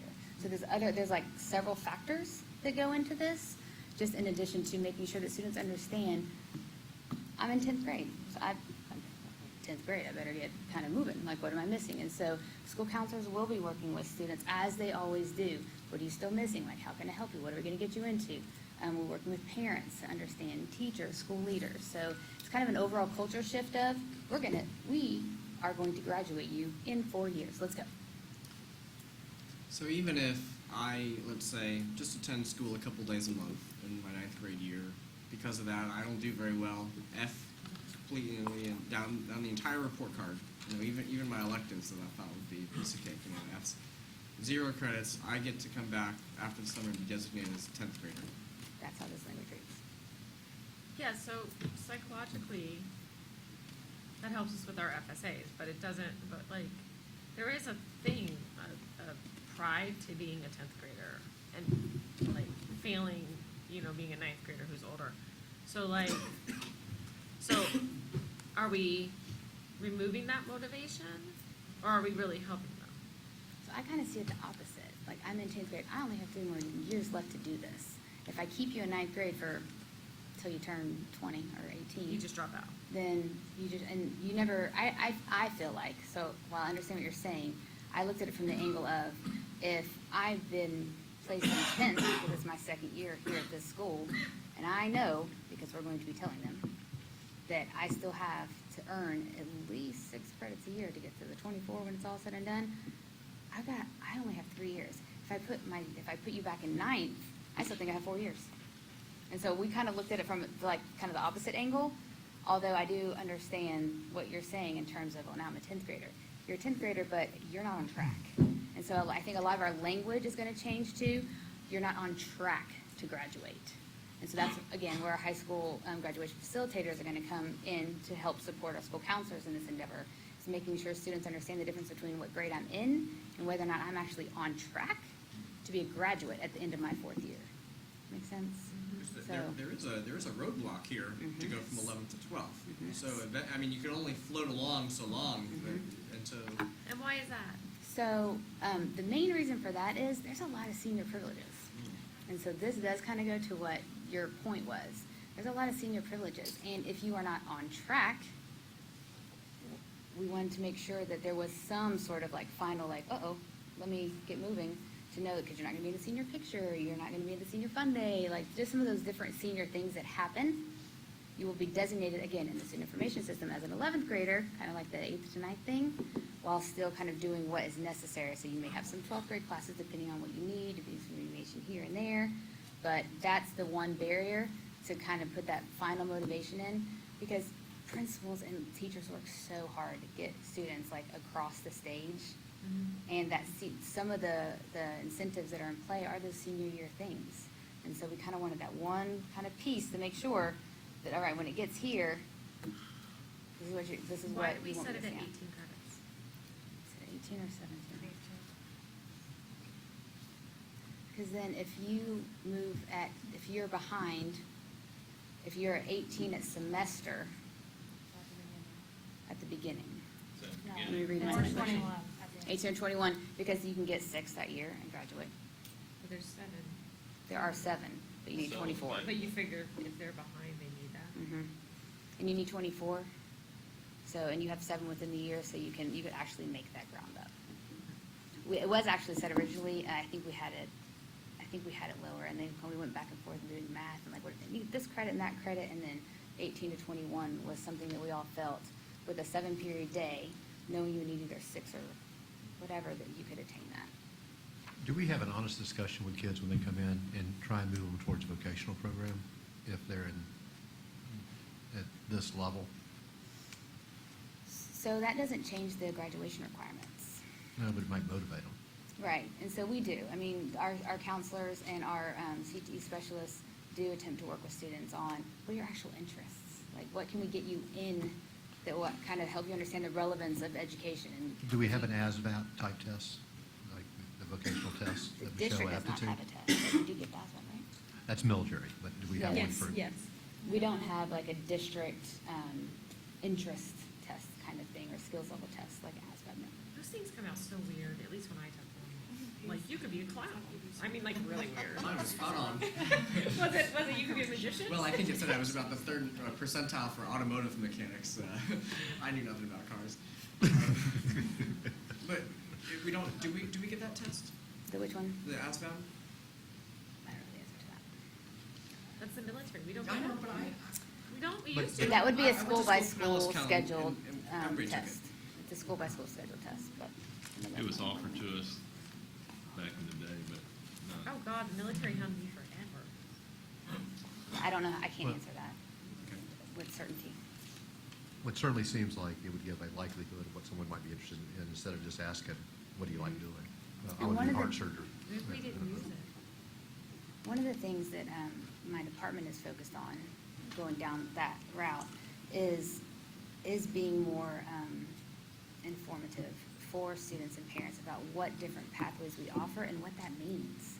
Because some people don't understand that the automotive pathway with this certification, when you come out, means you're earning this amount of money, or that articulates to this amount of credits at said school. So we are working on making that more transparent and like user-friendly, so that people actually, students and parents, understand what these different pathways can offer their student when they get out of high school, or even during high school. So we are working on that, because I think that will make a big difference for students. My other question, are we on page 7 yet? We can be. We've bounced all over the place. Are we on 7? I thought we were We're on on 6. We're still on Okay, six, never but mind, yeah. the question's on 7. The new positions that we created, rather than guidance counselors, they're the graduation coaches. Where do they pick up the students at? So they are not assigned to students, not like a school counselor. They're overall tracking the data and working with students who are most at risk in partnership with school counselors. They did not take over any of the I roles. understand, but where do they pick them up at? Do they pick them up at 9th grade when they start noticing that they're having a problem and that it could? Yes, so we're looking on being more proactive. Obviously, last year, their first year in place, and some of them started in October, we were doing a lot of band-aiding of seniors, like kind of just figuring out our systems for tracking, like how are we going to manage all of this? And so we are getting more proactive by going back. So this year, for example, one of the first things we're going to do with 9th graders, or incoming students for this year, once we hit that D&E window of students who didn't show up at school, but they're still our responsibility, being a little bit more proactive in finding them and getting them coded correctly in the system in 9th grade, as opposed to waiting to a 12th grade cleanup and then trying to find students that didn't ever show up to our high school 4 years ago. So we are looking at backing that down and getting more proactive in credits. So they're looking at them, and what we're talking about here at high school, they're looking at trying to say, hey, you're failing in this or something. We need to work, how can we get you bring you up to speed to where you will have your 7 credits or 6 credits when you leave this grade to go into the next. They're on top of that. Yeah, they're working with school counselors in that. Okay. But Because they're not really more the all data piece, sitting supporting down. counselors in those conversations. Because they're not going to overstep any of that kind Right. of direct I conversation. understand that, other but I school mean, counselors. that's the whole intent that they're Mhm. there for, is As a support. to keep the student on track. Yes. I'll also tell you that I was out of schools the first week of school and was at a high school, and one is because of the new Performance Matters system and how easy it is to pull data.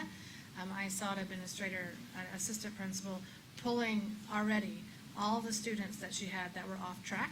And she's like, I have to have 16 conversations like this week with kids. So they're already scheduling and planning, and they know because of the ease of how to get that data and to say this kid's missing this and this kid's missing this and this kid's missing that. They were already starting to plan their days around conversations with kids, getting them in there to say, here's what you need, here's where you are, and here's what we're going to do to make sure you get there. So I think you'll see it permeate throughout all of the people working with students. It's not just one person's job to do this and one person's job to do that, but the coordination of efforts really has brought people to know that we've got to do this student by student, kid by kid. But not after they're in trouble, really. I mean, don't we want to do we not have a system where at some point in the year, the kid has to sit down with the counselor to be like, you're on track, you need to take X number of courses? Do we not have anything like that? I think that their focus is on the students who are at risk. I'm not sure that there'd be time for them to meet with every student, so they do the ones that are at risk and stay with them. There are reports they can run to see that students have failed a quarter, so at that point, kind of get kids in. So there are tools to assist school counselors and grad facilitators, for that matter, with those sorts of conversations, in an attempt to be proactive as opposed to, well, now you failed that, like, now what do we do, So, and again, I think the remediation block, as we're really scheduling students, especially in the high school, we have the flex system, and we're proactively scheduling students into places where they need assistance. It's going to kind of help be, again, more proactive instead of, well, you failed the first quarter, like through first quarter, if a student is in danger, we should be working to remediate them through. Okay. All right, so now Can you guys push your microphones a little bit closer to you? They're having some trouble hearing you. So, Speak a little bit. You guys are soft-spoken, I know. oh, sorry, and I'm sitting back. All right, so page 7, which is language on 68 in your large document. This is additional language, and this is an attempt. So this is not to be confused with the student who's coming into ninth grade over age because he's been retained within someone's system along the way. So this is the student who dropped out somewhere along the way, maybe as a senior, maybe as a junior, who's coming back to our schools at 18 or 19 years old. This is an attempt to give our principals some opportunity to make some decisions about that student. If I'm 18 or 19 years old, trying to come back into said high school, and I have 5 credits or 10 credits, the realities of me earning the 24 that I need within the year before I'm 20 years old are limited. So this language is an attempt to help our principals make some informed decisions about overage students returning to our schools. Not the ones who come into ninth grade already 16 or 17 because of just some past decisions that were made on everyone's part. It's the kid who has dropped out somewhere along the way and is looking to come back. My only comment is I'd like not just the principal, but maybe the regional involved in this. That was mine. Because I happen to know of a situation where maybe it didn't work out. And I think that there also should be a vehicle, because these are still our kids at that point, that where do we send that child to? Like, we can't just say, we're not going to take you. But shouldn't we have some pathway for them? Give them some options in terms of adult ed or some other opportunities. Right. And that's it. Yeah, I just have a note to explain, because to me, this just looks like we're trying to not accept them. Is that right? Is that our goal? If they don't have a reasonable expectation of graduating within the year, then we think that the students should have different opportunities. Like, I mean, because he's right, they're still our kids at that age, right? They have the right to an education. They still have vape and. What is the age requirement? 18, up until age 18. Right, so I mean. 22 for students with disabilities. Oh, up until, okay, sorry, I was reading 17. So they really have no expectation? Well, I think the chances of them actually getting a diploma or GED are greater if they go for the other opportunities. I mean, if you're coming back as an 18-year-old and you have 10 credits, the chances for you being successful are so limited, why don't we just give them other opportunities so that they possibly can be successful? And so I think that the idea of language or knowing that other opportunities should be presented, they shouldn't just be. The counselors do that No, already. I read this as a roadblock. Yeah, that's what- Where, that's how it's where reading we need to help those kids. If there's no possibility, then so be it. But then we're sending them over to Lake Tech or virtual or whatever. And I don't think, and I really do feel strongly that the regional ought to be involved in that, because they might have the contacts to. Okay, to help with that.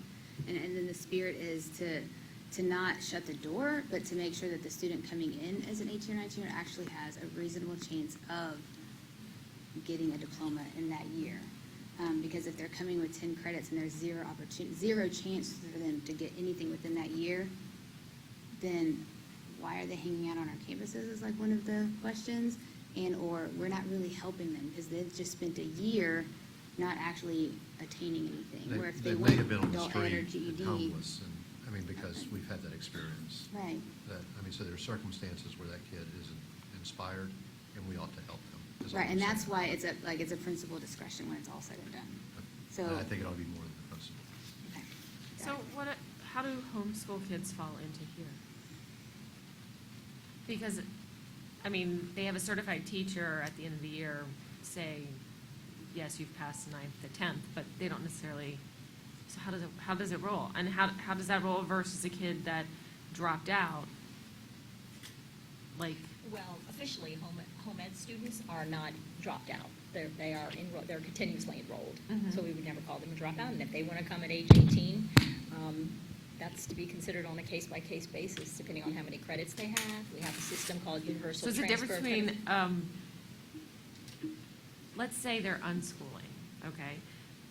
I don't know Unschooling is when you like just go for it and learn your interests and have no curriculum at all. Okay, so I have a 17-year-old or an 18-year-old. Is the difference simply the letter of intent? Homeschool law is very strong, yes. If you're not enrolled in homeschool, if you're unschooling, I'm not sure what that is, you're a withdrawn student, you're not enrolled. You have to be enrolled in home ed to be able to have those choices opened up for you. So it's the letter of intent. So a dropout would not have a letter of intent? Correct. Okay.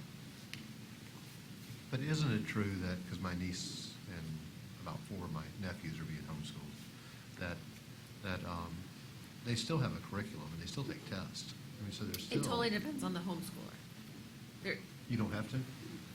You have to demonstrate a year's growth every year, but other than that, no, sir, we can't dictate their curriculum, or we can't look at it, anything like that. Huh. There's a whole, I know a lot of homeschoolers. The final piece in high school retention And is a slight it change. varies between really great and. The final piece in high school retention is the slight change about graduation, and this came from our principals. So the standard graduation requirements, you have to have the 2.0, 24 credits, and have passed the tests or have waivers. And then in order to participate in the ceremony, they asked that we include to maintain a minimum of 90% yearly attendance rate in order to qualify for the actual graduation exercise. With the caveat underneath that any student with less than 90% would be subject to an attendance review by committee to make that final decision. So all 8 principals are spoken to. We have several schools that have this in play already, in 9 through 12, not necessarily just 12th grade. All 8 principals were comfortable with it being a 12th grade attendance requirement for now, as we kind of look through this, with the idea that there is a review committee that would make that final decision when it's all said and done. So that was added kind of very late in the discussion, and I see I've left out a word. It should say an attendance review by committee, not just attendance by committee. So that is the last piece of the actual high school promotion retention piece, and that is looked on as an incentive as well to make sure the seniors do come to school, go to their classes, pass their classes, kind of thing. Did you say the 90% rate only applies to their senior year for this Yes. purposes? And so schools that want to do something tougher than that, they would just continue to do Their waiver. right, okay. But is this trying to get us away from that waiver, to where it's just? Well, eventually. Some consistency, yes, Right, to and I avoid. think that's the best, because sometimes it's not, there again, you go back, and now you gotta review all the way back to 9th grade, why they missed this many to make them not qualified, and it causes us a lot of disruption, and then it comes to us. Well, I was about to bring you the fourth waiver, and so I asked that we start pulling, instead of, if we had half our schools wanting a waiver for an attendance policy for either their seniors or their freshman to senior, we do have 2 schools that do it 9th through 12th. I decided that it was time, we had a public comment about that if we have that many waivers, why not just put it in language? So we called the rest of them, and they all agreed they could live with the senior year. And we do have 2 schools that still want 9 to 12, and they've never not let a kid walk across the stage that deserved to walk across the stage. It just does allow them to have a conversation with the student and the parents to say, we need you here at school. And then So send it it has to been this working school. for them. So I feel like if it's working, let's keep doing it, so. Okay, so that's kind of the final piece of that high school piece. And so the final conceptual piece that we'll talk about is grading. So, we're not changing the grading scale. What are we not doing? So on page 8 of your handout, so what we did was we showed you the language and then we placed it in elementary, middle, and high school. So the first thing that we wanted to change was what you see stricken there, that teachers must record the actual grade earned by the student. And we've found that that's been a barrier for teachers who want to provide some opportunities for students to earn a different grade, or if teachers want to put the 50 instead of the 0, or the 17, whatever the student actually earned. So removing that language will give teachers a little bit of flexibility to engage in those behaviors when they want to. And then also, we changed grade 1 to K, of course, because we want kindergartners also to be able to participate in making up grades or opportunities for tests, assessments, that kind of thing. So what we added was under number 4, just another thing that they could consider as remediation of content to replace a grade. And then we added language at number 5. Schools are encouraged to assist students with failing grades by allowing redos. Like we go back to the video that Dr. Weiss showed, redos of assignments, tests, projects, and really that's just language to encourage and remind teachers and school leaders that this is available and we can do this. Why are we saying encouraged in that it's not required?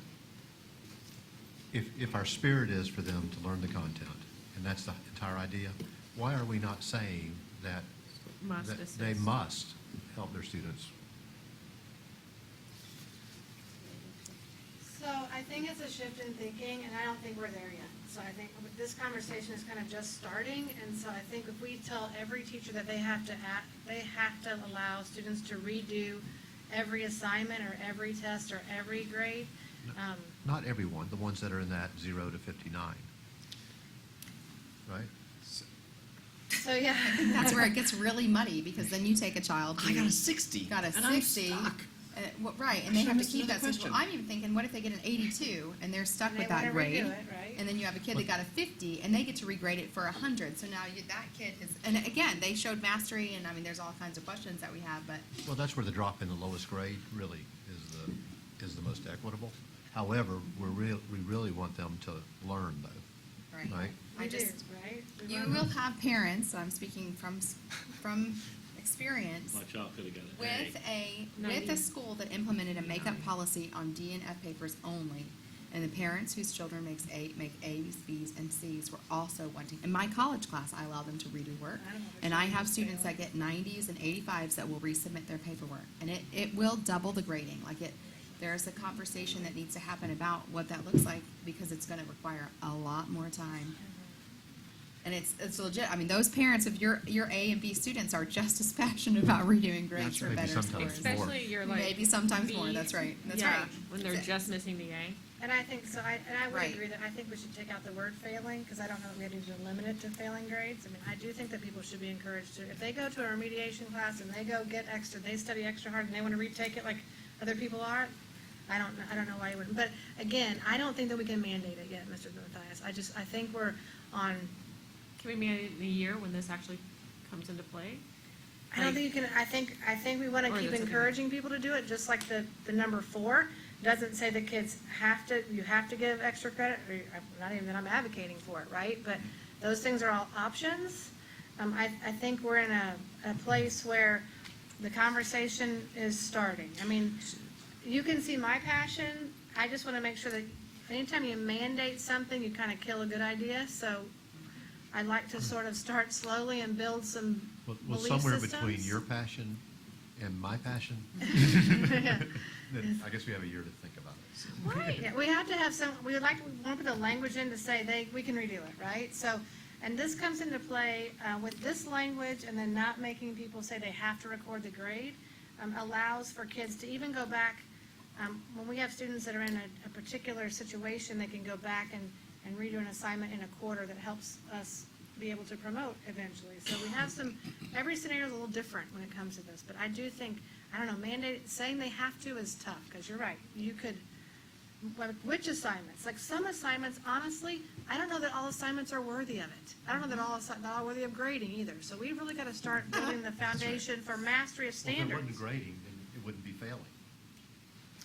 Look, when they do the diorama, and we've graded that, we probably need to look at that assignment, right? And what standard is that mastering? So there are some things that we I have like a the long way diorama. to go. When I say, let's just get some of the language in play, we have a long way to go for understanding, right? So we've got language that talks about that the next language we're gonna talk about, Ms. Landry, or Dr. Landry, I'm kind of stealing your next piece, but the idea that we need to grade things that are standards based, not just assignment But based, if right? you are allowing right now, and I'm as passionate the other way on this topic, that 0 to 59, I and know. you're saying that you're letting some you're encouraging some teachers to do it, that then what happens to the kid that's in the class where they don't do it, where the teacher, I mean, so I don't think we ought to be encouraging until we're ready. It's happening anyway. I almost like, okay. I mean, I'm just, it is, No, it no, is. I absolutely know that. Mhm. And, but is that where we want it? I don't know. Never mind. Well, and I think that's the- That that's totally the leaked out. It totally, I did not intend to bring that up today.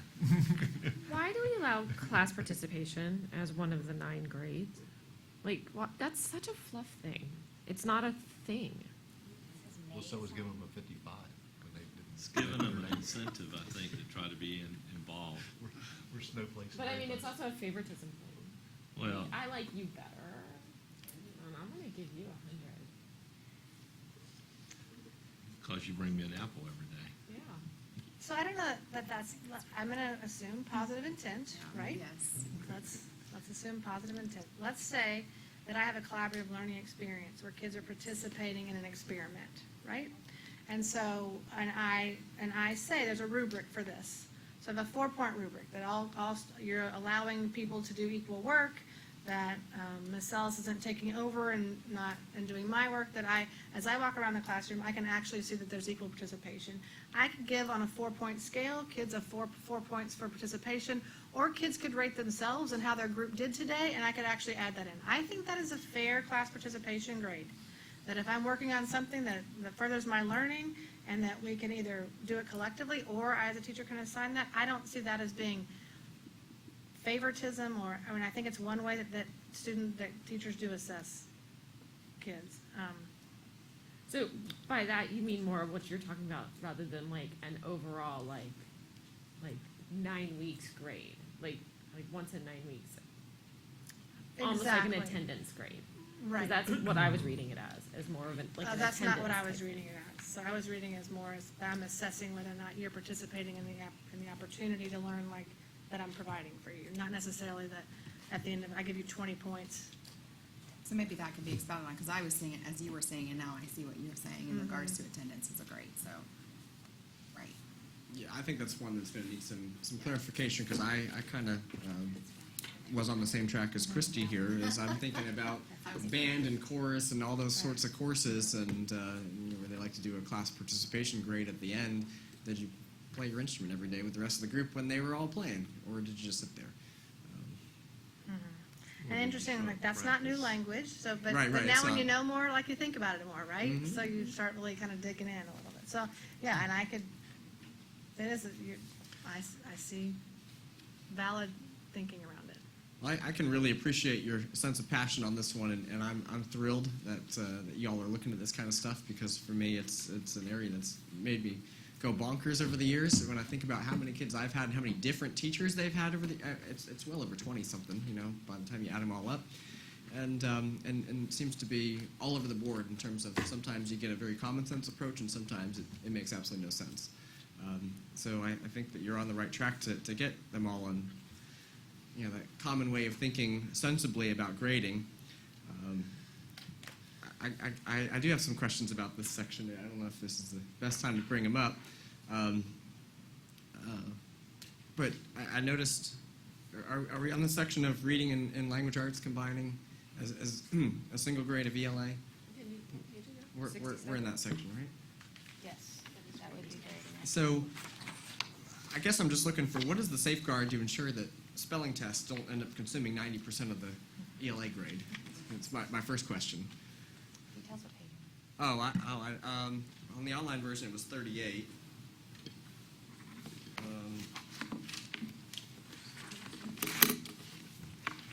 Yeah, I see it.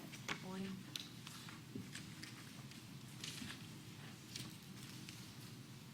Page 40 at the top there. In the printed copy, it's page 40 in the chart there. It's called ELA now. So we changed it because now it's just called ELA. I mean, that's actually what it's called. So we were trying to match the language to what was most current. And still don't know where we're at. So where I'm thinking this one is that teachers commonly, all over the place, given a spelling test a week, right? So you're going to end up with 9 spelling tests. But then, let's say you do a reading test, like when you get to the end of a unit, so you get 2 reading grades in there, and you end up with 9 spelling tests and 2 reading test grades. How do I ensure that that practice doesn't occur? Because that's just a nightmare, Where's right? the Where line their that says ELA based grades on is essentially It's the next spelling one. tests. Yeah, it's the next So one. I As a think parent of a that, bad speller, this So- is one that's got me concerned. so and I have opinions about spelling tests as well. Sure. I think that number 7, on page 41 in what was printed for you helps with that, the idea that it's based on grade level standards. So having 9 spelling tests may not necessarily measure the fact that it's, like, what standard are you looking at, right? But we've got to do more work. We probably have to do a little work around that. So we don't have anything in the student progression plan that necessarily guarantees that, correct? I mean, we don't say that you Right. can have this percentages on this and this percentages on this. Again, you're looking at a K-12 scope or K-5, you have different teachers, different things. And I don't think we're going to be able to norm grading consistently right away. So I think, but if we hold people accountable for, are they taking grades on things that measure state standards and the most important pieces of that grade level and the essential standards, I think we can have that conversation and challenge people on their thinking around those grades. That's my best hope currently, unless you have some better thoughts on that. Well, I I'm mean, open. aside from just indicating that, I don't even know if principals know that that teacher is giving almost all spelling tests, and that teacher is giving it all on writing assignments, for example, which are much more lengthy to grade. Are we, with the assessments we were talking about making earlier, the common assessments, we were talking about, I know, this has been a long morning, so we were talking about them doing their common assessments. Would it not be around like the unit test for reading? So for me, and again, this is like looking into the future, it would seem that the grade levels would meet and have a discussion about, this is what we're using for our common assessments, this is what we're all giving a grade on, and then when somebody says, well, I'm gonna give this spelling test, they're gonna say, well, how many, like this could be a direct conversation as a result of making sure everybody's offering that same level of learning. yeah. I get it. There should I be get some it. conversations around that, but then, I guess it gets into how you are using Skyward as a teacher. So now, if you make all those grades equal in weight, Right. just the sheer volume of spelling tests that you've given is going to far outweigh the 2 Right, reading of tests, course. and maybe a couple of writing assignments, 9 against 4 other assignments. And so that's where I get a little Weighing them nervous. out. But I mean, already it was going awry in language arts, where the same thing would happen, course. where you get Mhm. 9 spelling tests, and here's a grammar worksheet. That's right. So 90% of the grade was spelling. So it gets back to how do you weight grades appropriately, which is another conversation I was gonna I say. really want to have too on this one.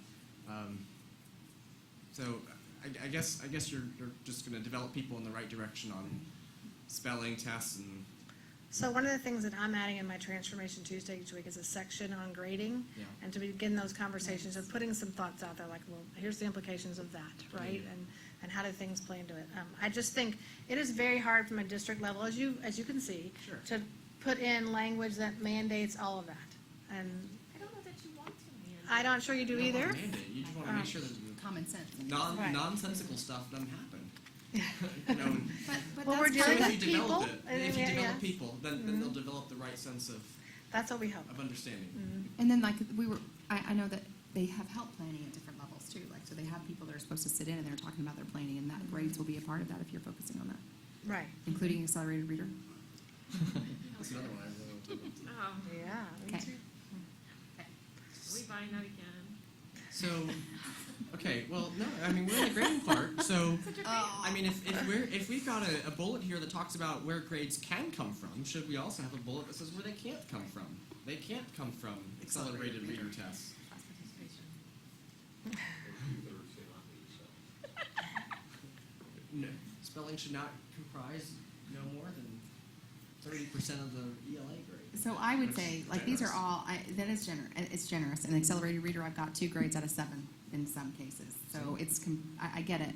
I would say that since we know we're focusing on grading and that this is going to be one of our areas that we're going to be working in the regions and with principals and with teachers, especially with the regrading and the rework, and that we'll maybe come forward next year with some ideas. I don't know. I'm willing to say we've got the boots on the ground that are out feeling it out, but there's a lot more input that needs to come into it. Because I mean, I have the same fears you do about spelling and accelerated reader and those types of things. But And I do too. This is where I said at the beginning, it's gonna take us some time, right? So you've gotta understand, this is a big one. Right. Yes, there's no People doubt. have very strong, obviously And you they're have also strong opinions. fundamental, like, your own pedagogy, like, Yes. as a teacher. Yeah, you've got some And very, your training and your. some very strong opinions about it. So here's the other one I'll throw out as you develop people, and that's categories, assignment categories, and Yes. weighting. All right, so every teacher's got well intentions, and you know they're good intentions when they say, you know what, I'm going to create a variety of categories to ensure that something doesn't consume the entire grade. So an example I'm looking at, a teacher is categories of classwork, homework, which I don't think should be graded anyway, but anyway, homework is in there, quizzes, tests, and writing. The problem is, there was only one assignment in this test category, so while it was supposed to be weighted at 30%, it ended up being 55%. One assignment was 55% of this grade. No writing assignments were in there, so the 20% went down to zero. You know, the quizzes, there were no quizzes in there either. So you know, that throws everything off kilter, and all of a sudden, you know, in this category here, where I'm looking at the students got 97s and 100s practically down the page, but then 165 on this test that now is worth 55% of the grade, which is more than a state EOC would even be worth, which we thought was outrageous at 30%.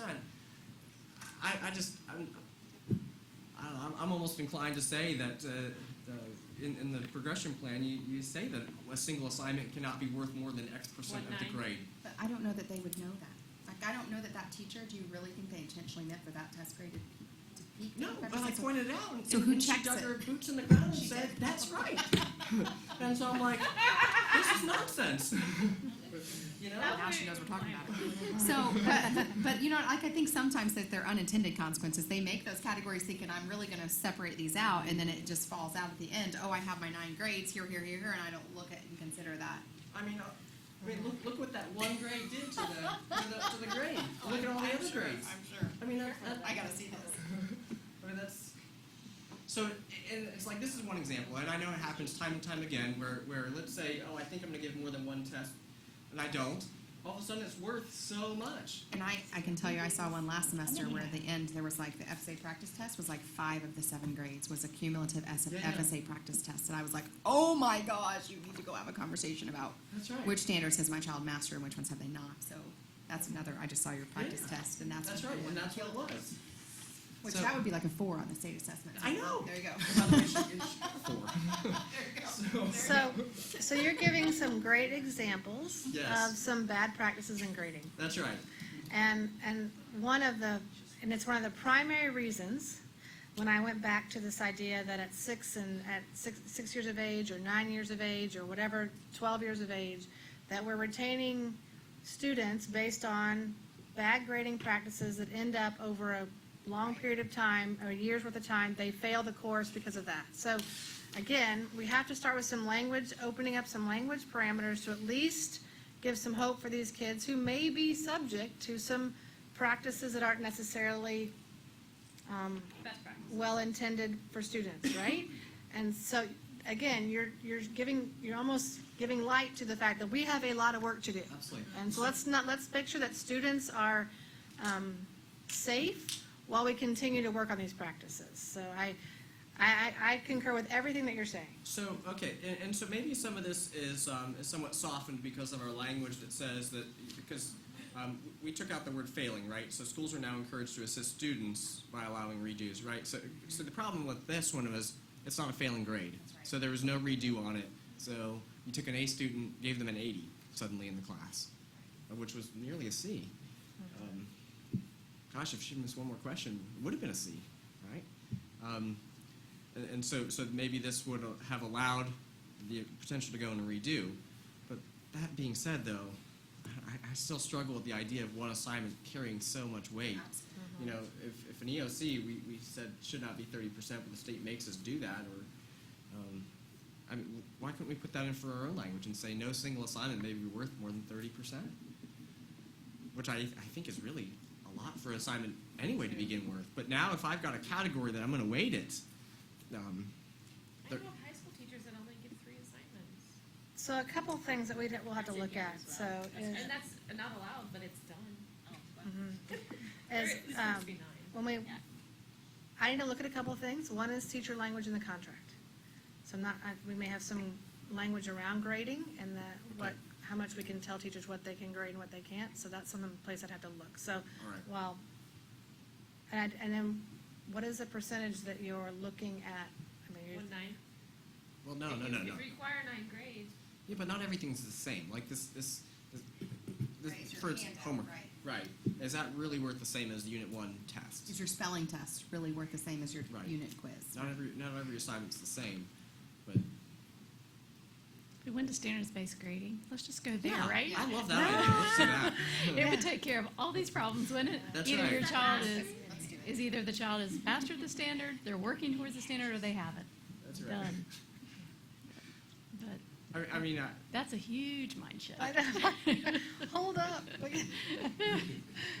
I got some groundwork to lay before I mean, that. if I were to pick a number, I would have said 30 because that's the state EOC. That I don't think anybody could argue with that.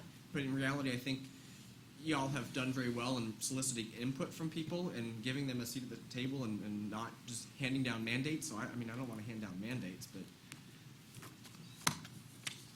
I want them to. I want them to do this. You know? So I don't know. So, we do have a long way to go, and on our journey, what I kind of see this as is removing the language that's a barrier for us to move forward. Yep. I hope we can move forward, and I hope we can do some of those things, but at the bare minimum, let's remove the language that's in our way. And I think that that's what this first step does. And that was all. That's it. Yes, that was all the summary pieces. I don't know if you have any additional questions or Is this topics? Is this difficult? I mean, there are like tons of people on this committee. Does that hurt that process? One thing that we talked about is reconstituting that committee. So reaching out to folks to have nominations for who should be on the committee, because people changed jobs, and and I noticed we didn't have a high school principal on the committee. So we sent this out to all high school principals, the high school section, because we wanted them to have an opportunity to review it. Somehow we ended up with a committee that didn't have a high school principal, which is weird. So I 100% agree, and that's one of the things we'll do before next year, is make sure our committee is sound. Yes, it's a lot of people. So I've got a couple of questions that weren't new language. I mean, I remember kind of starting to kind of run late on time here, so I don't know if I lob them out and there become more discussion later, or if I talk about them now. But one is, and it's kind of tied together. The concept. I guess so. She nodded. I did. She I said nodded. now. Let's get it out there. I mean, this is this year's pupil progression plan, correct? It is, yes. This is our current school year's pupil progression plan. We got to get through this. So it's the idea of foreign language. I ran across some language in here. On the online version, it was page 49. I can't seem to figure out where it is here, but it was talking about various courses that are available at the middle school level. And foreign language was mentioned as one of those items, but I know now not every middle school offers foreign language due to the shift in the allocations formula. That took it away from some of the middle schools. So I'm not sure if the language needs to change to update the practice, or if, I mean, I think the practice was good before. So that, so you know. Maybe you all find the page faster than I It did. was originally, in our first conversation, we had thought about striking that whole entire line out altogether. But then we felt like that looked like we were taking away all the electives in middle school, which Right. is obviously not the intent. I know, I can't find it either, but I know. Oh, I found it. It's on page 50. It's, oh, no, I just lost it again. Is it Oh, yes, F on 50. Yeah, And yes, there it is. so, with the way that it reads, we felt comfortable with it because it says such as, which does indicate that it is, they're Maybe going some to of be it those. all. Well, and they can take it virtually too. So that's my other point. It's funny you should mention that. Okay. So then the virtual language, though, this serves as a little bit of a barrier because you have to do it in addition to your normal course load. Yes. So now I posed this one out and I said, so you want to do another class in addition to the 6 you've already got at school? No, I don't blame you. So I don't know that. I look at dual enrollment where we say that can't be in addition to if you want to do it in place of or during, but that's not an option here for this virtual thing. It is. I was saying, I think it is. Yeah. It can be an addition. Okay, so, okay, maybe that's a more specific conversation then, but I know that a school did not afford that as an opportunity and says we highly discourage that because it's not going to work with our schedule. you know, because a lot of these schools go wacky schedules. They don't always go 1, 2, 3, 4, 5, 6. And so then we can't guarantee that we're going to have a schedule that's going to work with your virtual time. We don't have a place necessarily for you on campus to do that. I don't know how you're going to be able to provide your own transportation to and from school every day to do that. And then I think there's some language in here that made me think that it was an addition.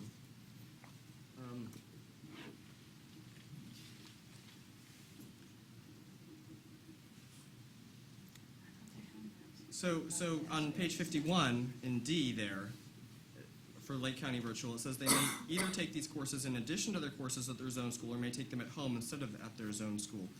So is there,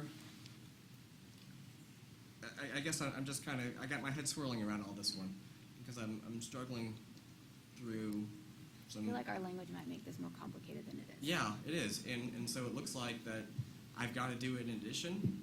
Right, And that's not something some of these students want to do. And so now they're not taking the foreign language in middle school, which then sets them at a disadvantage. Let's say if you're going for that silver or gold seal of biliteracy, which we advertise in our progression plan now, it's going to be tougher for you to get the 4 credits. It's going to be, you're not going to necessarily pick up that as a high school credit in middle school. You're not going to fulfill that online option if you want to do it virtually. Until that's no longer an option for unless you're doing it in addition. I think there are just too many barriers there. Okay.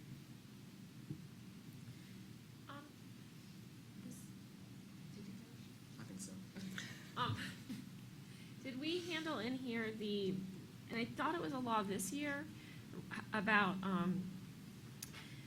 and it makes no sense, but if you take an exam, if you take a class that is an AP test class, and you take the test and you get back a grade of a 3 or higher, then you don't have to take the EOC, which does absolutely no good because the AP scores come out a month after the EOC is given.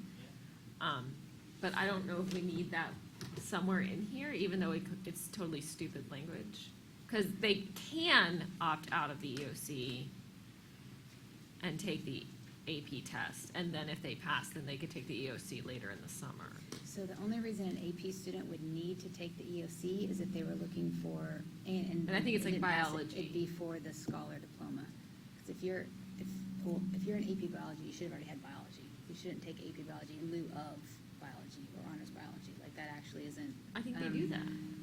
We worked on that progression for the course progression when we talked to the high schools before this year got scheduled. So we had those conversations in February and March, because the actual College Board progression is that you have biology or honors biology first, and AP biology is in addition to that. They're different course codes. They take both.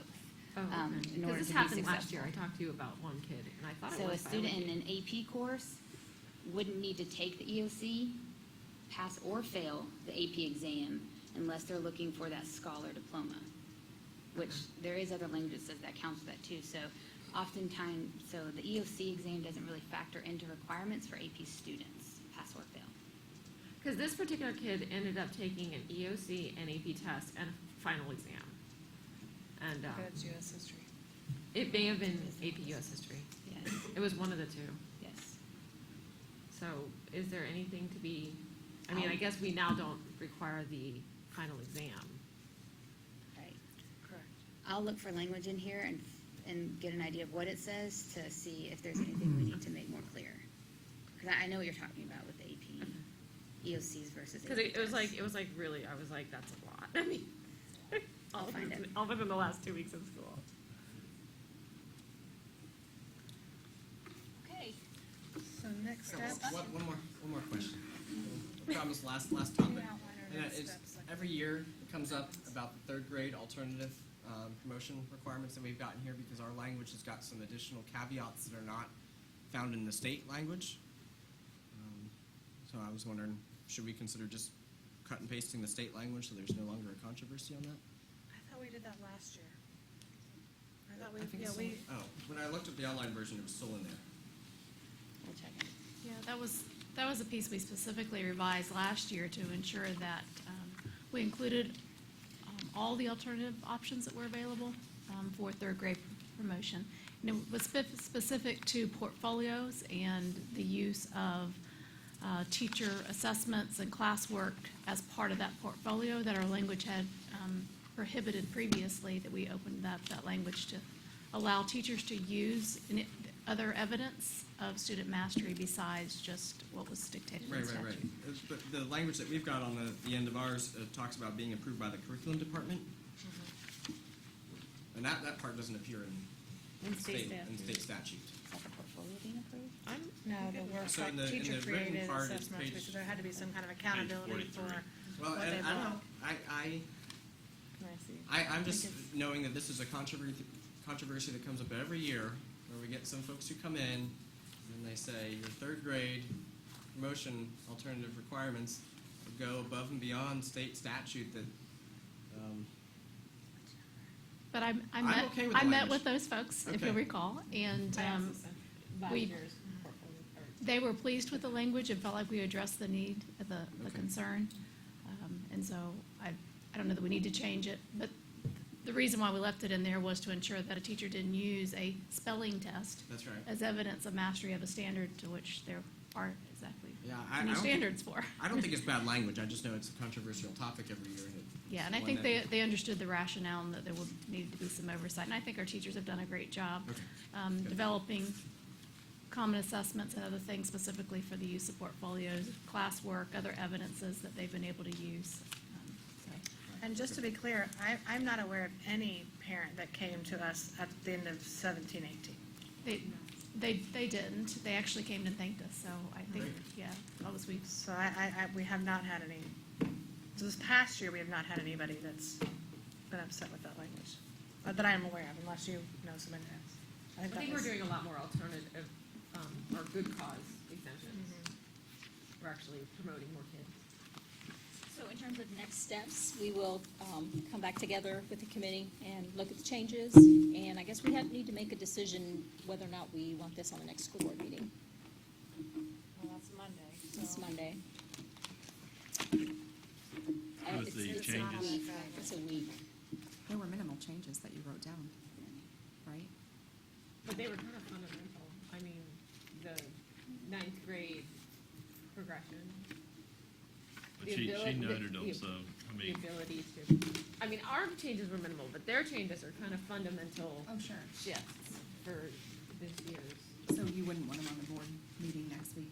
I guess it doesn't really matter. If it's on the board meeting sooner, does that mean that if there's eighth graders, you could push them into ninth? That's what I was That wondering. means we certainly have language to look at it. No. when would it be implemented, in other words? As soon as it's board approved. So it So started better. at the time. Better.